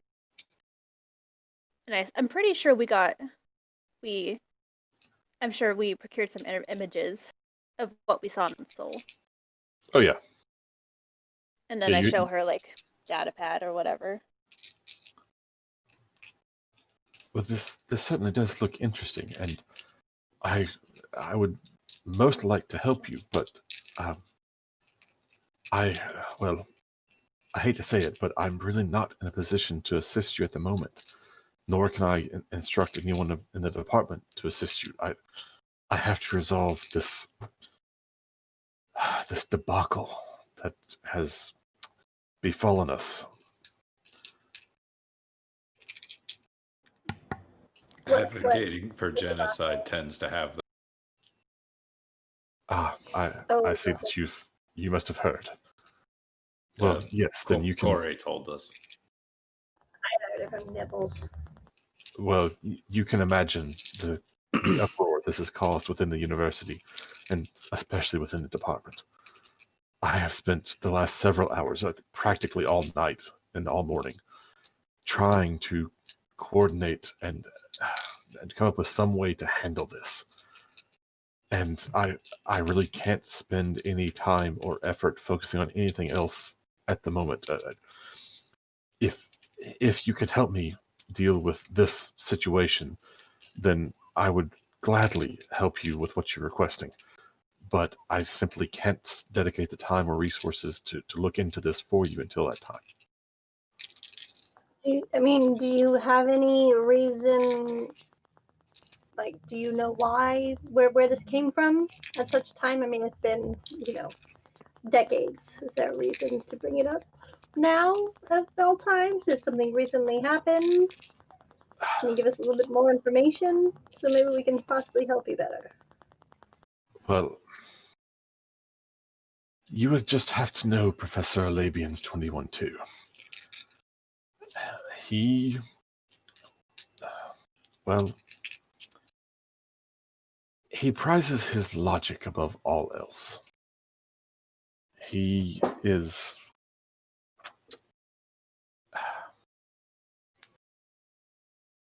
Give me just a second, I'm trying to find the term.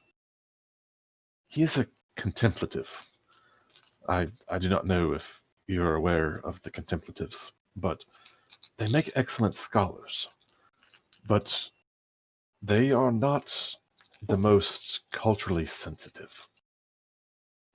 And Professor Labian's 21-2, well, he has been examining a war from nearly a millennium ago. One of the many wars between the Formians and the Lashunta. And he has determined, in his logic, that the appropriate response to that war from more than 1,000 years ago, at the time, would have been for the Lashunta to simply wipe out the Formians. Now, that sort of language was not unknown in times past. The sort of proposals were not unknown in times past, but for the last 30 years, we have successfully had peace, and we are making significant progress in the relations between Formians and Lashunta. Now he is fomenting hate crimes under the guise of pure logic and anthropology. This is not what the university stands for, but that's not the public now sees us as championing it. I've been forced to place him on academic leave, and I've restricted his access to all university resources until we can clean this up. Now, as far as what you could do, I was about to ask, yes. well, if you could find some way to get Alabian's 21-2 to listen, for he is not listening to any of us, then, well, to put it plainly, he hasn't quite violated enough protocols of the university to be dismissed, and as much as I would love to fire him otherwise, but if he would apologize, then I think the media would accept that.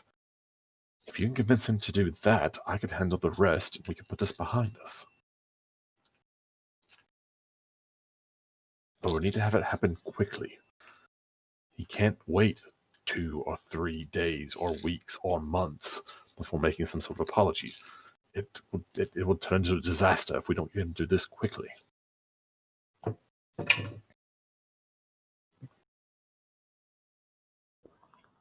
The other option is we frame them for something bad. Reason to fire you have a reason to fire them. I'm afraid again, as much as I would like to see him gone, for Plan B. Plan B. Sorry, we're still trying to teach Eridan jokes. It's a little difficult. Is it? They keep saying it's inflection, but I don't know how to do it. Yes, your delivery's a bit flat for joking. So we gotta go tell this doctor to apologize for something he believes in, on something that happened a long, long time ago that he's more informed on than we are, and I don't see a problem with this. It should go smoothly. It should be fine. I think I've heard the shorthand for contemplative. If It's what I believe it to be. I don't think he's going to be one easy to change his mind. Oh, definitely not. Yes, I doubt you would be able to change his mind, but perhaps you can convince him of the advantages of an apology. Which are Well, Not if he starting a doesn't war again. apologize, and this causes too much more dismay or distraction to the university, then I may be forced to dismiss him. And that will just turn into trouble for me and him both.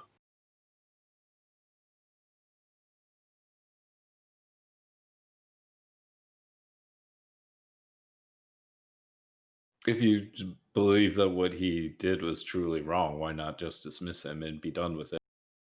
There are protocols that one must I fully follow. disagree with his stance, but as one of the professors and as a respected academic, he has the right to make these arguments. It is the challenge is that while he may have the right, the perception of those arguments is, well, it's a whole different thing. Just It is a because careful you can, balance. you should. Exactly. Academic freedom is not a license to do just anything. One must still have discretion. He could perhaps have made the same argument without making it in such an inflammatory way.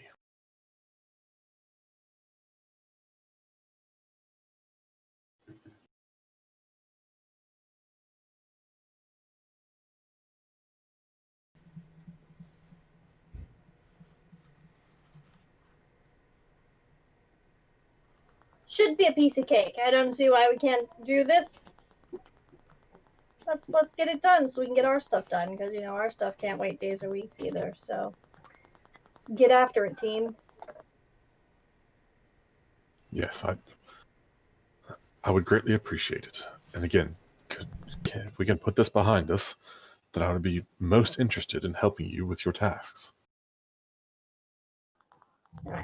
Yeah. Well, we look forward to that and wish us the best, because we're gonna need all the luck we can get. Let's go convince a guy he's, kind of wrong. Apparently, we don't need to convince him he's wrong. Well, no, we don't have to convince him he's wrong. We just have to convince him to apologize for something he completely believes in. Should be a piece of cake, guys. I mean, Great enthusiasm, Corey. Let's go. yeah, it should be big. Yeah. Thank you. Walos can show you to the professor's study.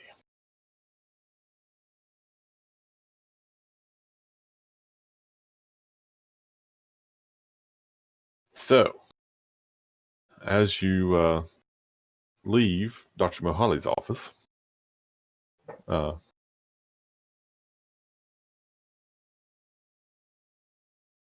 there you go. That's exactly what I needed, Ryan. Just need to cover their asses. So, There we go. We print that out and hand it to him. Also, P.S. This guy's a dick.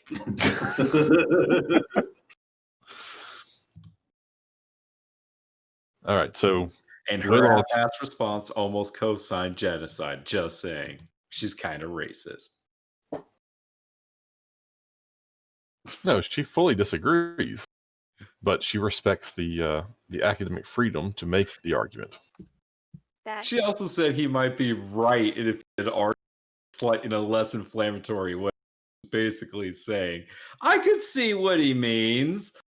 I think it was Well, more from an of academic a standpoint, regardless that's of like if he is right or not.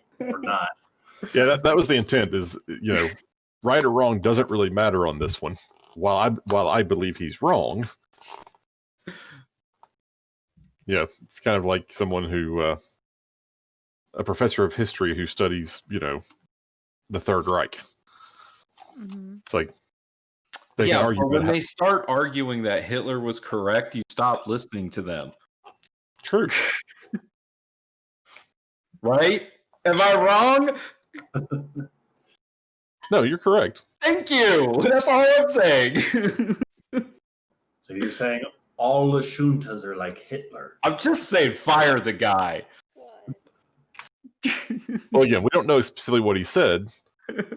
Because, again, he may have tiptoed that line of, given, that it happened 1,000 years ago, and in that situation, this was probably the more correct path to try to take. But anyway. So, it's just like 1,000 years from now saying Hitler was right. Hey, but because I enjoy history and have listened and read a lot of different books, put it this way. In 1,000 years, somebody will write it won't even take that long. Someone, maybe 100 years from now, 200 years from now. That stuff about Genghis Khan. I get it. That's exactly the point I was going to make. Is there are books you can go out right now and get that talk about the benefits Alexander of the Genghis Great. Khan? I get it. I get it. I'm just saying, we don't say they were right. Anyway. Okay, so Waylos takes you down a floor and over to a different office, and basically says, "This is Professor Olabian's 21-2's office. I believe it best if I let you handle this. I think if I were to be there, the professor might react differently." Yeah, best to let strangers tell him how to run his life. It's smarter that way. Especially heavily armed strangers. So, That was some of us that have joke. So before we go in there, do we have a game plan on how to handle this? Oh no, you make a Who wants good to point. talk to the racist? Yeah. How do we convince a racist that he's wrong, but he doesn't have to admit No, we he's don't. We wrong, don't he convince just him has to he's wrong. apologize? We convince him to apologize because it's much easier to save face than to lose. It's better to save face than to lose your You job. just tell him he's going to lose his academic funding, his tenure, and his pension. Money is a huge motivator. Okay, so that's all we have to do. And then if that Yes. doesn't work, we break his fucking legs. We will not do that. I'm Oh, better. Okay, we'll better at break that. one of his legs. Sounds like a plan. I see where you're going with this, Captain. I mean, I still say we just plant drugs on him and get him fired. Like, None of You us have have drugs? drugs. To I my mean, knowledge. Eden can get us some drugs. Why What do does an you android has need drugs for? children. why do you think that Eden they had a have career before she had children. I don't Drugs. I didn't deal Just drugs. because you're a parent doesn't mean you can't have drugs. Not all Yosoki are drug dealers, Saradin. I didn't even know that was a stereotype. Oh, you haven't heard No. Just the ones with the mustaches. that? And the accent that talks like this. You know, all of you guys are a bunch of douchebags, except for Corey. So where did you learn all those gun skills again? I learned them being a mercenary. Look, I don't know why we're doing this. Can we just go beat up a racist right now? That seems much smart. I totally didn't run drugs. Never did that. I never ran drugs. I never consciously ran drugs. Consciously. She was drugged up while running drugs. Oh yeah, So Mr. you guys ready to knock on the door? Yeah, Yeah. let's take care of this. Let's do it. We can do it. Aerodin will look at the captain and say, I won't talk. Might be better. What was his name again? Dr. Labian. Dr. Oh, Where did I put Dr. it? Dr. Professor Alabian's 21. 21-2. We should probably call him 21-2 doctor is because part of sometimes his people name. know a little. He's his doctor. So is Professor he an Lee. android? Well, seeing that we're in a university setting, we should use professor. Don't want to insult him when we're trying to get him do on we our call him side. Doctor Professor? Because sometimes they get Well, offended if we're you don't not call him. German. Well, no. I think it's just doctor. To Amanda's point, I had a where if you called her professor, she would correct you and say doctor. Yeah. Well, Because I she was just worked thinking very more hard on along her the doctorate, lines of and what you're going to the hangover. The hangover, the dentist, he's a doctor. Just But he was a you dentist. work hard, get that status. I don't. He was a dentist. He was a doctor. I don't I'm think just the saying- professor's a dentist.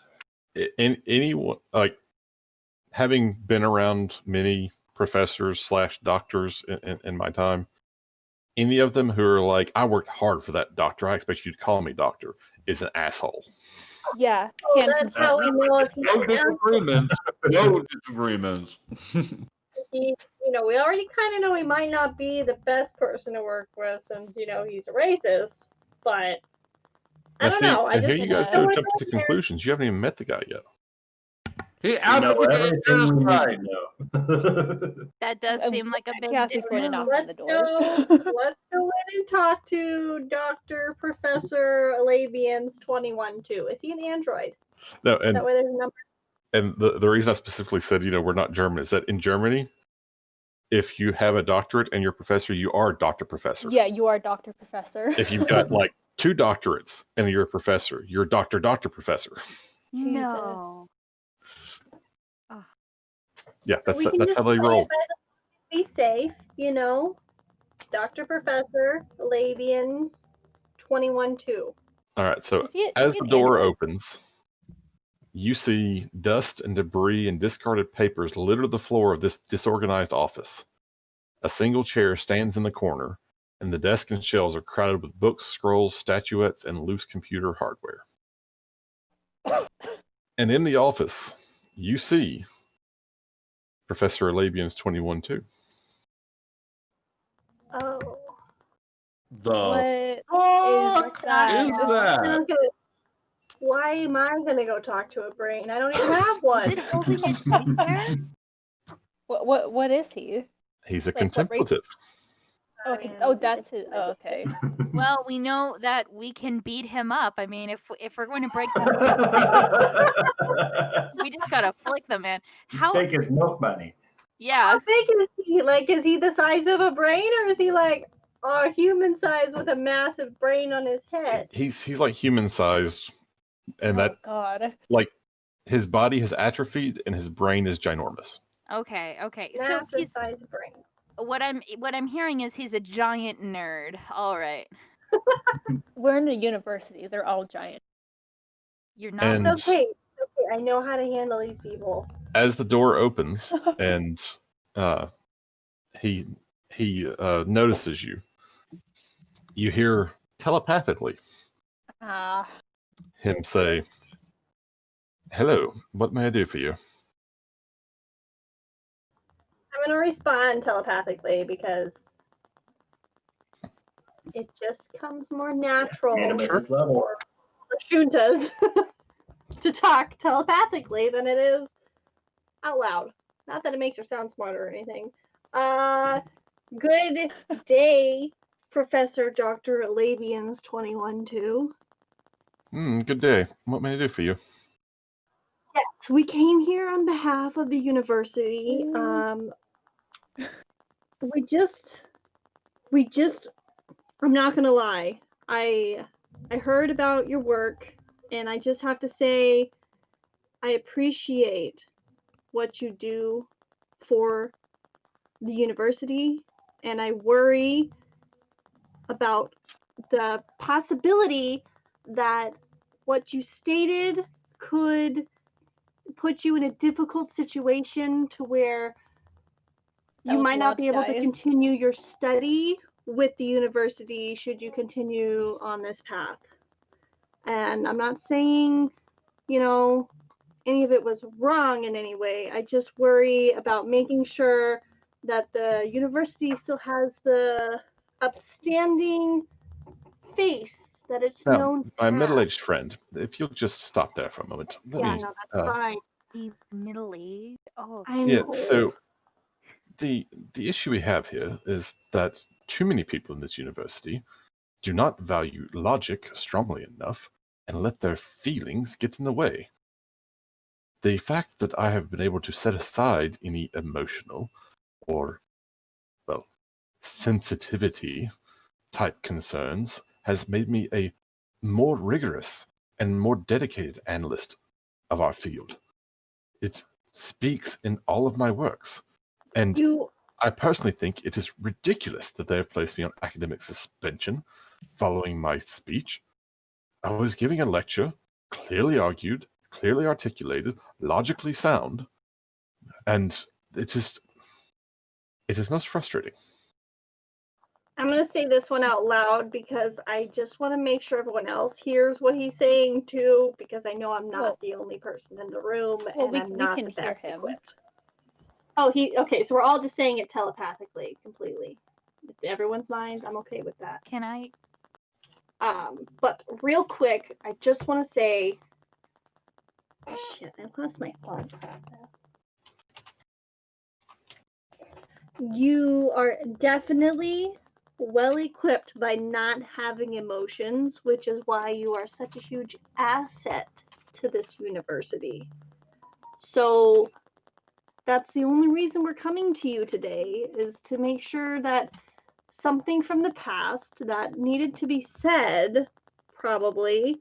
However, you do have to take into account that everyone else does have emotions, and it could be a touchy subject for everyone else to hear. So perhaps we just go about it in a little bit more of a delicate manner, because not everyone is as well equipped to handle these truths as you are. Well, at least you recognize that my emotional detachment provides clearer and more objective analysis. And it can only help. But I do not see any reason why I should have to recall or recant what I have clearly and logically defined and defended, simply because it may have offended someone. If we let offense start dictating what is and isn't allowed for research and academia, we are lost. But you also have to realize that people who who could be offended are the ones who fund and help, pay for these expeditions and these researches. And so we can't offend them, because you need to be able to get the knowledge that they're able to procure with their funding. And if we offend the people who are funding us, then where does that leave us?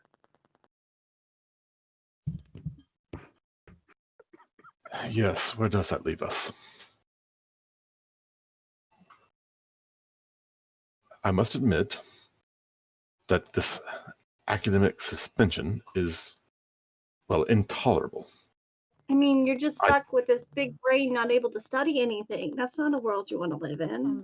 No, It's not ideal for anyone else. I mean, you're losing hours of research that the world needs, Well, you seem to be the most reasonable representative of this university that I've dealt with in the last 24 hours. Now, You guys had good diplomacy. Professor Mohali has suspended me, and barring the unlikely intervention by a dean, only she can undo this. Your convincing her to do so would allow me to help you. I assume you are here for a reason. You're definitely here for a reason, yes. Well, tell me why you're here, and perhaps we can come to an arrangement. I would like to ask you a counter question. What is it that you specialize here at the university? Well, I'm a xenoanthropologist, and have been here long enough to specialize in many areas. What areas interest you? Linguistics? Yes, I am quite competent in linguistics. Anything in particular? I'm gonna show him the data pad.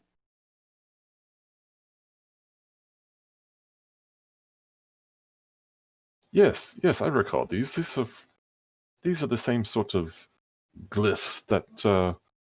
Oh, what was that fool's name? Ah, yes, Halquim Zahn.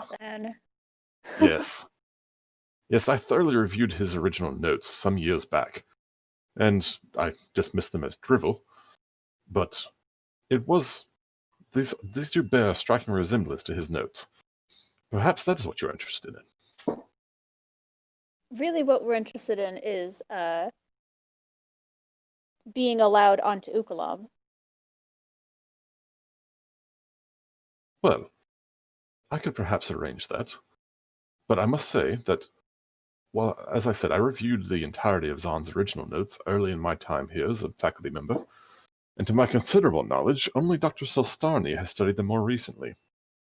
Zahn's methodology was imperfect, catering to an uneducated reader's lexicon, fetishizing the exotic, and conveying a pathological love of his self-image as an adventurer, likely to earn money or as an elaborate mating ritual. As a result, his work is scientifically wanting and his conclusions doubtful. Nevertheless, his notes provide enough detail to hypothetically retrace his steps. It is possible, should I be restored to my access to the university's resources, that I could retrieve those notes and provide you information for how to retrace his steps, since you seem to be wanting to return to his area of exploration. What was the name he mentioned? Dr. Solstani? Yeah, Dr. Solstarny. Solst. And they recently went to Ukalam. They have studied Zahn's work.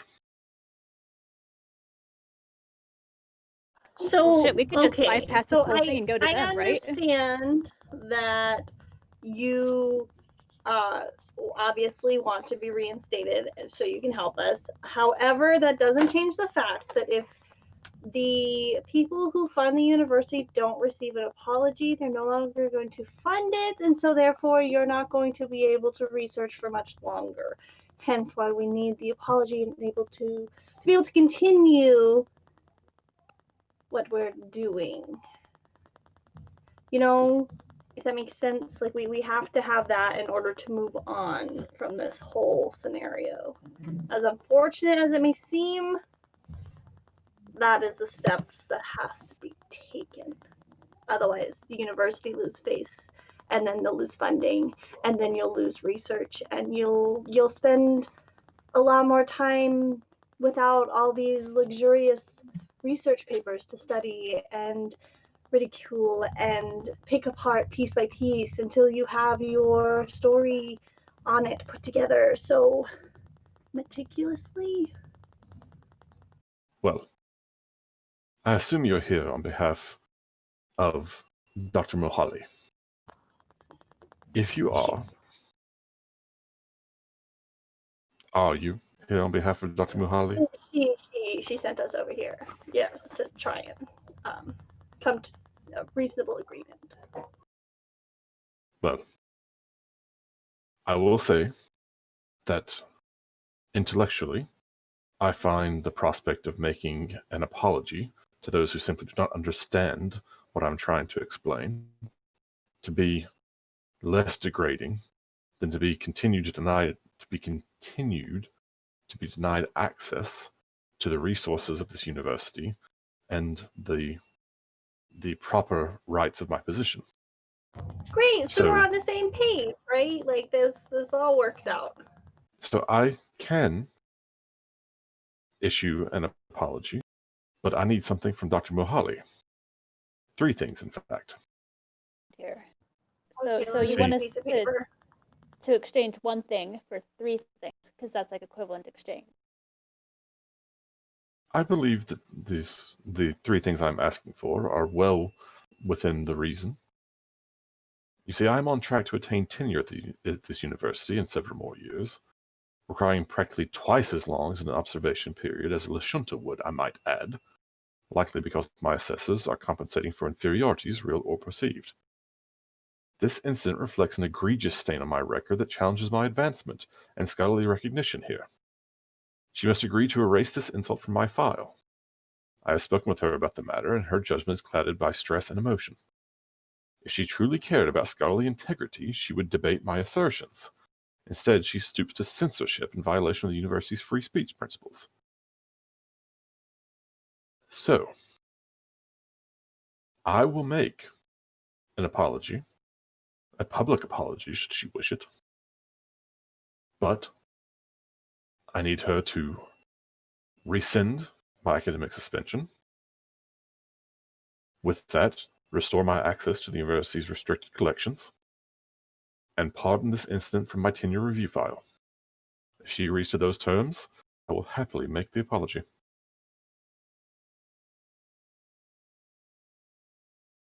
Rescinding his academic suspension, restoring access to the restricted collections of the university, and what was the third one? Erase it from his tenor review. Yeah, basically don't put it in his tenure review file. Yeah. Here's a counter agreement for you. We ask her to do this, but if this kind of incident ever happens again, she can, fire you. How does that sound? Because obviously you don't want to listen, That's why You- she's you the don't- captain. Yes. It's not that thank people God. Yes. aren't intellectually smart enough. The fact that you provided an argument, which is your opinion, and you are upset that people disagreed with it. And I'm not rightfully upset that so. anyone disagreed with it. What I'm upset with is that they have used this as a reason to strip me of my proper academic rights. If you think about it in the long run, if the Formians heard of this, I imagine that, I don't know, tensions could rise again, another war.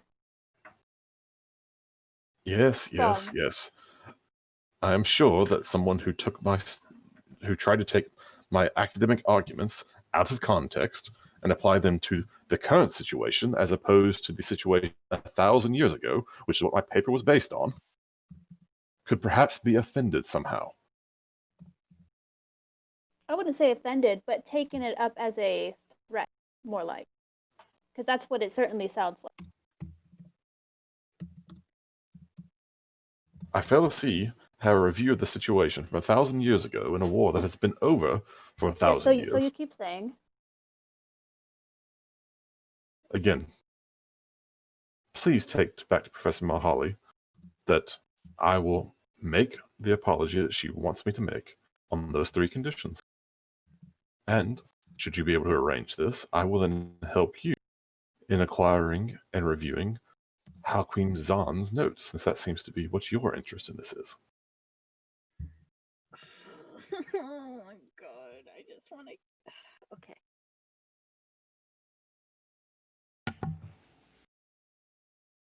Can Aerodin say something to the guy as the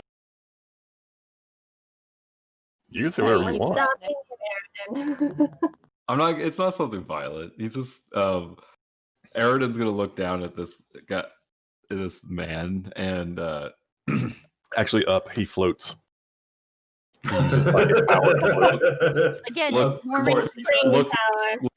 this sir eye to eye, and Aerodin's gonna say, the descendants of the people that you are talking about eradicating still live to this day, and so your argument is that they should not exist. Logic cannot erase the emotion that triggers. It means you're wrong. And Aerodin's gonna walk out the door.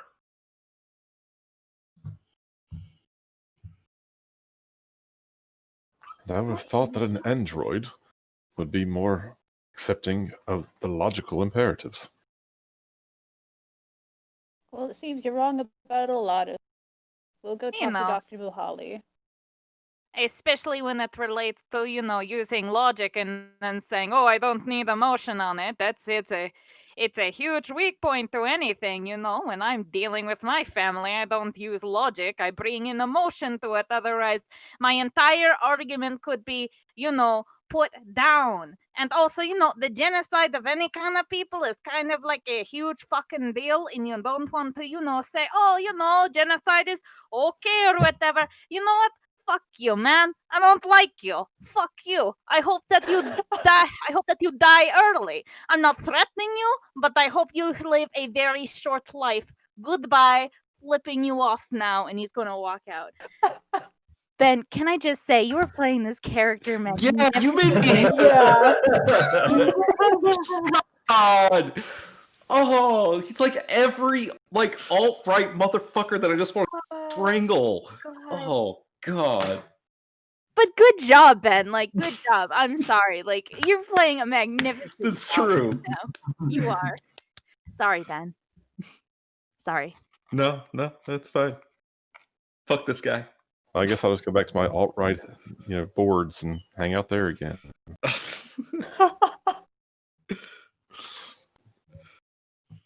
Anyway, so you guys gonna take that back to Professor Mahali? Yeah, we'll let her decide. Okay. I mean, do we really have to use him? I know it's probably. I mean, He's got access to the notes that we need. well, anyone has the access. In fact, Dr. Solstarny, which he mentioned, is well versed in Zan's notes, his work. So if we really wanted to, we could go to them. So we don't technically need We need Muhali to get onto the continent, and we won't get Muhali's help without the apology. So here's the situation. Apology. Mahali needs you to help her deal with this situation before she can free up anybody else to help you. So if we do this for her, we can go, by the way, that anyone person, call them up. Sorry, you cut out there. What'd you say? So like we can just say like, hey, that other person like help with, yeah, call them up, like go get them. We need their help. Yeah, you could easily say, while we were talking to the asshole, he mentioned Dr. Solstarny. I think we'd rather work with her. Let's try that. Here's a question. This may be like, no, that wouldn't work in the long run. Never mind. Are you suggesting? I'm suggesting we forge an apology. We No. could just 'Cause obviously murder they- him. She specifically wants him out in front of the media giving the apology. Shit. Well, he agreed to it. We'll just get her to agree to it. His Yeah, his terms are her problem, not ours. true. Mhm. Yeah, let's just take it to Dr. Muhali.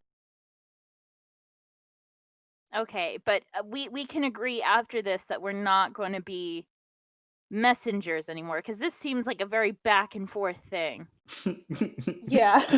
There's do always not like opportunity to change the message.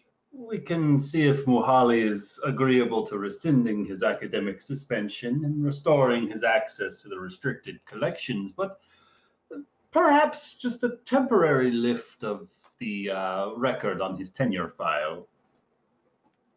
Until the apology, of course, and then it remains on his permanent record. Should such incidences ever arise in his works for the university, it'll be means for termination. So, trick him. by the way, is Nibbles around? I'm here. Okay. Sorry, Lucas.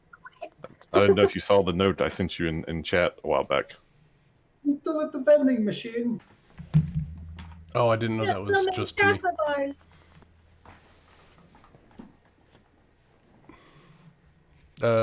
Yeah. Okay. Yeah, so I rolled a culture check for all you guys.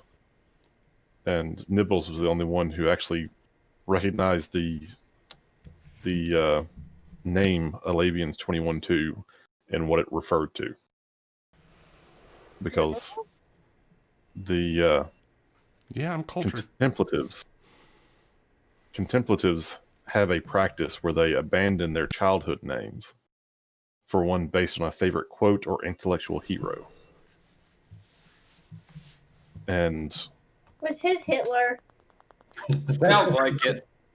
now, his was a radically anti-conventionalist scholar, Alabians, in the year 21 after Gap.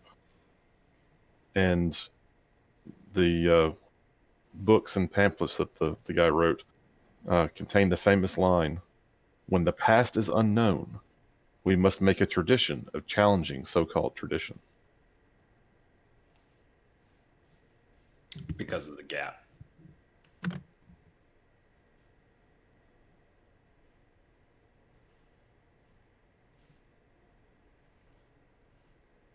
Hey, Professor Mohani, how are you? Yes. So, how did your conversation go? It didn't end in violence, so that is a victory. The brains. He has some terms for his apology. Terms. Really? He requests that you rescind his scholar. What's the term? Tenure? No. His academic suspension. His academic suspension, and and give him back whatever, all of his stuff to Restoring research. access to the restricted collections of the university. Thank you. And erase this off of his permanent tenure review. If he Well, apologized. If he makes the apology, then we would reinstate him, give him back the access that he would have as a tenure track professor, and remove his academic suspension. But I don't see why I should not put this in his file. Agreed. Would it be Mhm. possible to remove it temporarily so that he does go through with the apology? So he said that that's the only way he would apologize. Pretty much. Yep. He was quite insistent about it. Claiming Okay, who wants that to make me a diplomacy check? I'll do it, but I don't know. Maybe Captain. I'll take it with assistance. I'll assist. Okay, whoever's I going to try will to help, assist her. go ahead and roll your help. That's a help. Are we rolling them in the tower? I will roll a help. The helpers can roll it open. Oh, okay. Okay, I'm gonna roll mine in the tower. Arodin has not been very helpful. Here's a help. So will you tell me what it is? Because I'm curious. It's a +4. Mine's Well- a +9. So I'm like, what? That's +13. So you rolled a natural 10. So right in the middle. not bad. That's a 19. That's Yeah, pretty and decent. then plus the 4, you got a 23. So That's not bad. while it's clear that she's not particularly excited about this, and you guys aren't particularly excited about this, she does agree, as you're diplomatically explaining the situation, that in order to get him to apologize, she is in fact willing to not put this in his permanent record.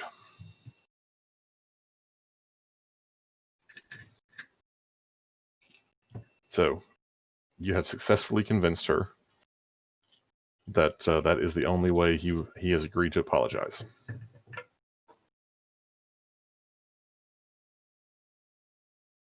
Huzzah. Okay, now we go talk to the brain.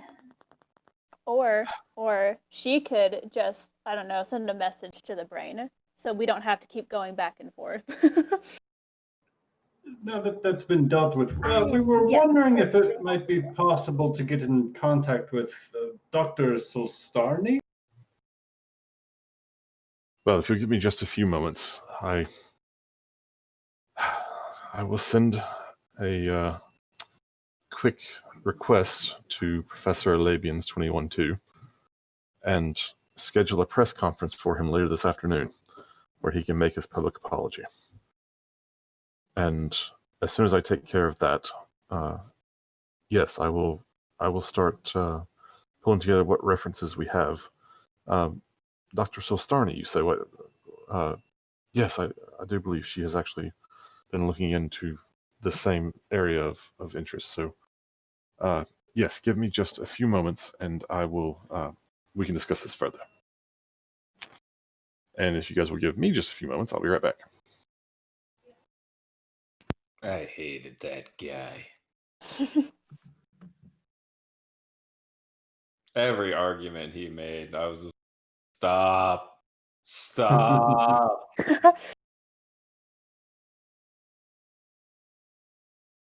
You took me out of context. No, we didn't. Just because you're playing devil's advocate doesn't mean you're okay. Mm-hmm. I'm just saying that their entire race of people should be dead and gone, and that all of their stake. Why you gotta be so illogical about that? Fucker. And then implied that despite the fact that he's studying in Castrovel, that Lashuntas are inferior to him. Yeah, I was like, holy And he wants shit. tenure at the Lashunta University. Did any of us have our comm links on? Probably all of us. Wait, can we record that? I don't know. He could just be an incel. He probably is. He's a brain cell with none. No pleasure center in that brain. Because if Also, the fact that he implied that Halquim Zan did all that like anthropological shit, you know, like archaeology and shit, in order to get laid, was a big like. Oh yeah. Fuck you to people's like archaeologies like. Yeah, like fuck this guy. Like, well, not just to him, but to the whole like study of archaeology, that they do it for a grandiose reason. Yeah, they're all Indiana Jones. As if anthropology is any more important than archaeology is. Zan specifically was kind of like an Indiana Jones-esque, not really caring about the archaeological studies so much as the treasures he found. Yeah, Chiskis did say it was questionable at best. I think that. Oh God, I hope the next professor is a lot better than this one. She's even worse. I don't know. What if it's at the other side of the spectrum? Because honestly, they're just right. What if she's the Formian? Oh gosh. Because I've had like I've had an Australian vegan professor who made us watch a docuporn about how animals are treated throughout the animal industry, and I cannot step foot into an animal shelter anymore. So it could be worse. No, it can't. Okay. But it's just the So other Professor side. Muhali arranges the press conference, finally gets that off her plate, and starts, looking around, consulting a few different archives and those sorts of things, and tries to figure out what exactly is going to be going on. Now, the way the adventure is actually written, it does assume that you get sent back to Professor Alabian's again. But since I'm not going to do that to you, I will say, you know what? Aerodin will go back and just knock on the door and say, Professor Muhani sent you an email. It's done. And then turn and walk away. and not too long thereafter, you get a message from Professor Alabians and says, I appreciate your assistance in this most recent difficulty. To show my appreciation, I have decided to donate to you the proceeds from my last lecture. Oh. Yay! No, thank you. We get to pay him for his racist lecture. Yay. Oh, come on. Don't we have to say no to this? Come No, on. money. You can Well, buy that no, fancy nice money gun at you've some been point or wanting. Wait. Counterpoint. We accept the money. Okay, we do. However, we donate it to charity of the people of his lecture with his name on it. Really rub it in his face. Or we could just accept the money. Money or is we money. just keep the money. Well, I'm sure we'll end up accepting dirty money at some point. You're How the much captain. money is it? You're the captain. But how much money is it? 700 credits. 700 credits? Yep. Not bad. Just 700 credits? Tell him to shove it, Ian. Come on. That's not worth it. Tell him to shove it. I'd say it's worth it. All right, fine. You're the captain. Okay. That's still like 115 credits for everybody, which is 115 more than you had. I mean, that is gas money. We did have to. I only That's have like 10 credits. that could buy you so. like a new rifle. Not a good one. Yeah. I'd say it was a good one. I said a new one. Questionable at best. It is. I can buy a rifle. It's more of a question. So this other professor. Okay. So, in addition, Professor Muhali, as a show of her appreciation for you helping to handle this, offers you a. You'll like this. Professor Muhali offers you a Mark I Ring of Resistance as a token of her appreciation. And she explains that it was actually among the items that the contemplative requested in a grant application that fell through, thanks to his recent gaffe. That will. That's worth taking. Yep, that will take. So who wants the Mark I Ring of Resistance? So who What is has it? sucky Resistance then? saves? What Probably is me. the ring of resistance? So the way it works, I read these because I was thinking about buying one. +1 to your weakest saving throw. So like I have fortitude is +5, reflex is +5, and will is +3. So if I put it on, I'd get a +1 to my will saves. Right? Correct. Okay. So yeah, mine is I have a +5, +1, and +4. So whoever has the lowest pluses gets it. I My vote. have 0, 4, 3, 4. So your fortitude is So +4. look at your fortitude, reflex, and will save are the ones you should be looking at. Yeah, that's what she was looking. So She was her also lowest reading is that, reflex at a 3. so my reflex is a 2. Nibbles But has a 3 for fortitude and will. I'm at a 113. Oh no! Wait. So, SR is strength, right? No, that's spell resistance. Yeah. Oh well, forget it then. I'm fine. I'm great. I think it sounds like it should go to the captain. Yeah. Yeah. How can yours be 1, 1, and 3? I don't know. She's trying her best. Oh, never mind. It's because fortitude is wait. based on con. Reflex Yeah, is I don't based on have a dexterity.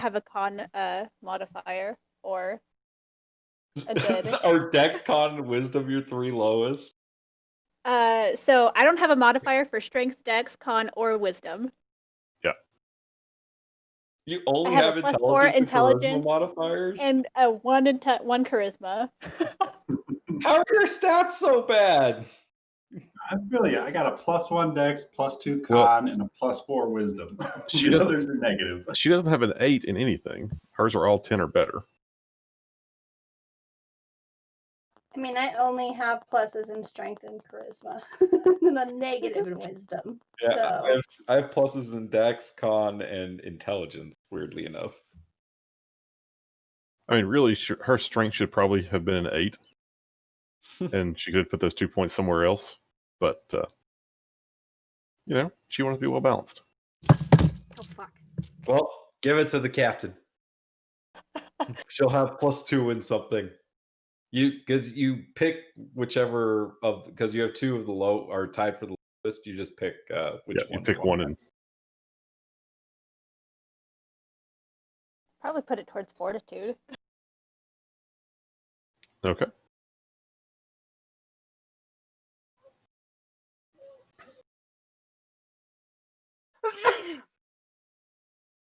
Bless you. Thank you. I was gonna say it, but I wasn't sure if it was a sneeze, so it felt weird.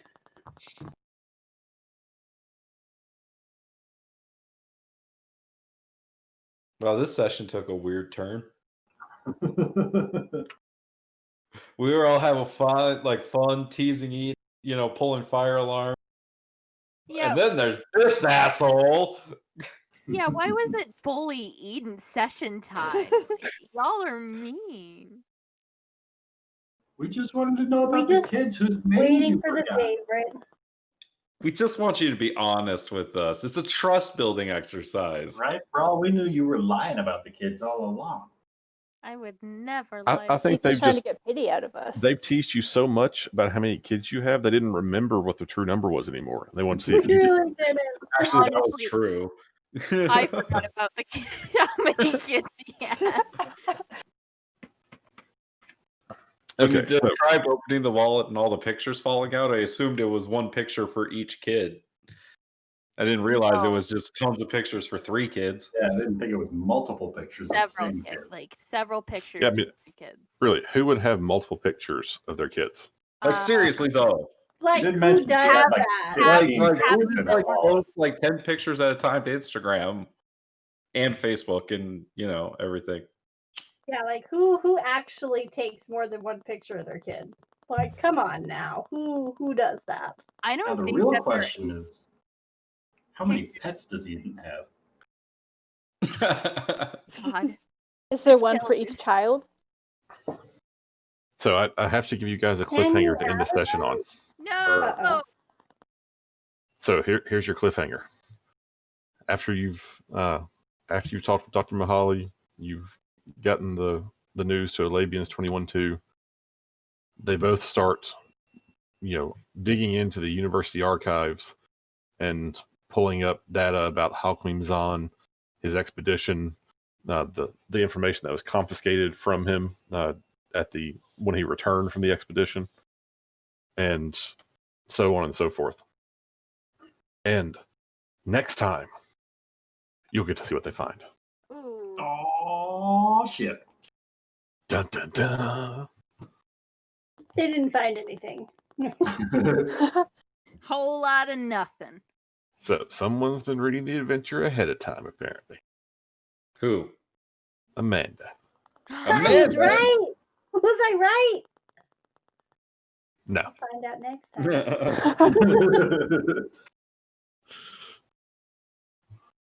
All right. Well, guys, it was fun. Well, I I'm don't want sorry to that ever I, negotiate with a brain guy again. Yeah, I'm just gonna no. say that. You're just gonna avoid that race of people. We see a brain. We walk. I knew walking into a brain like not Core's thing. Core does not go well with brains.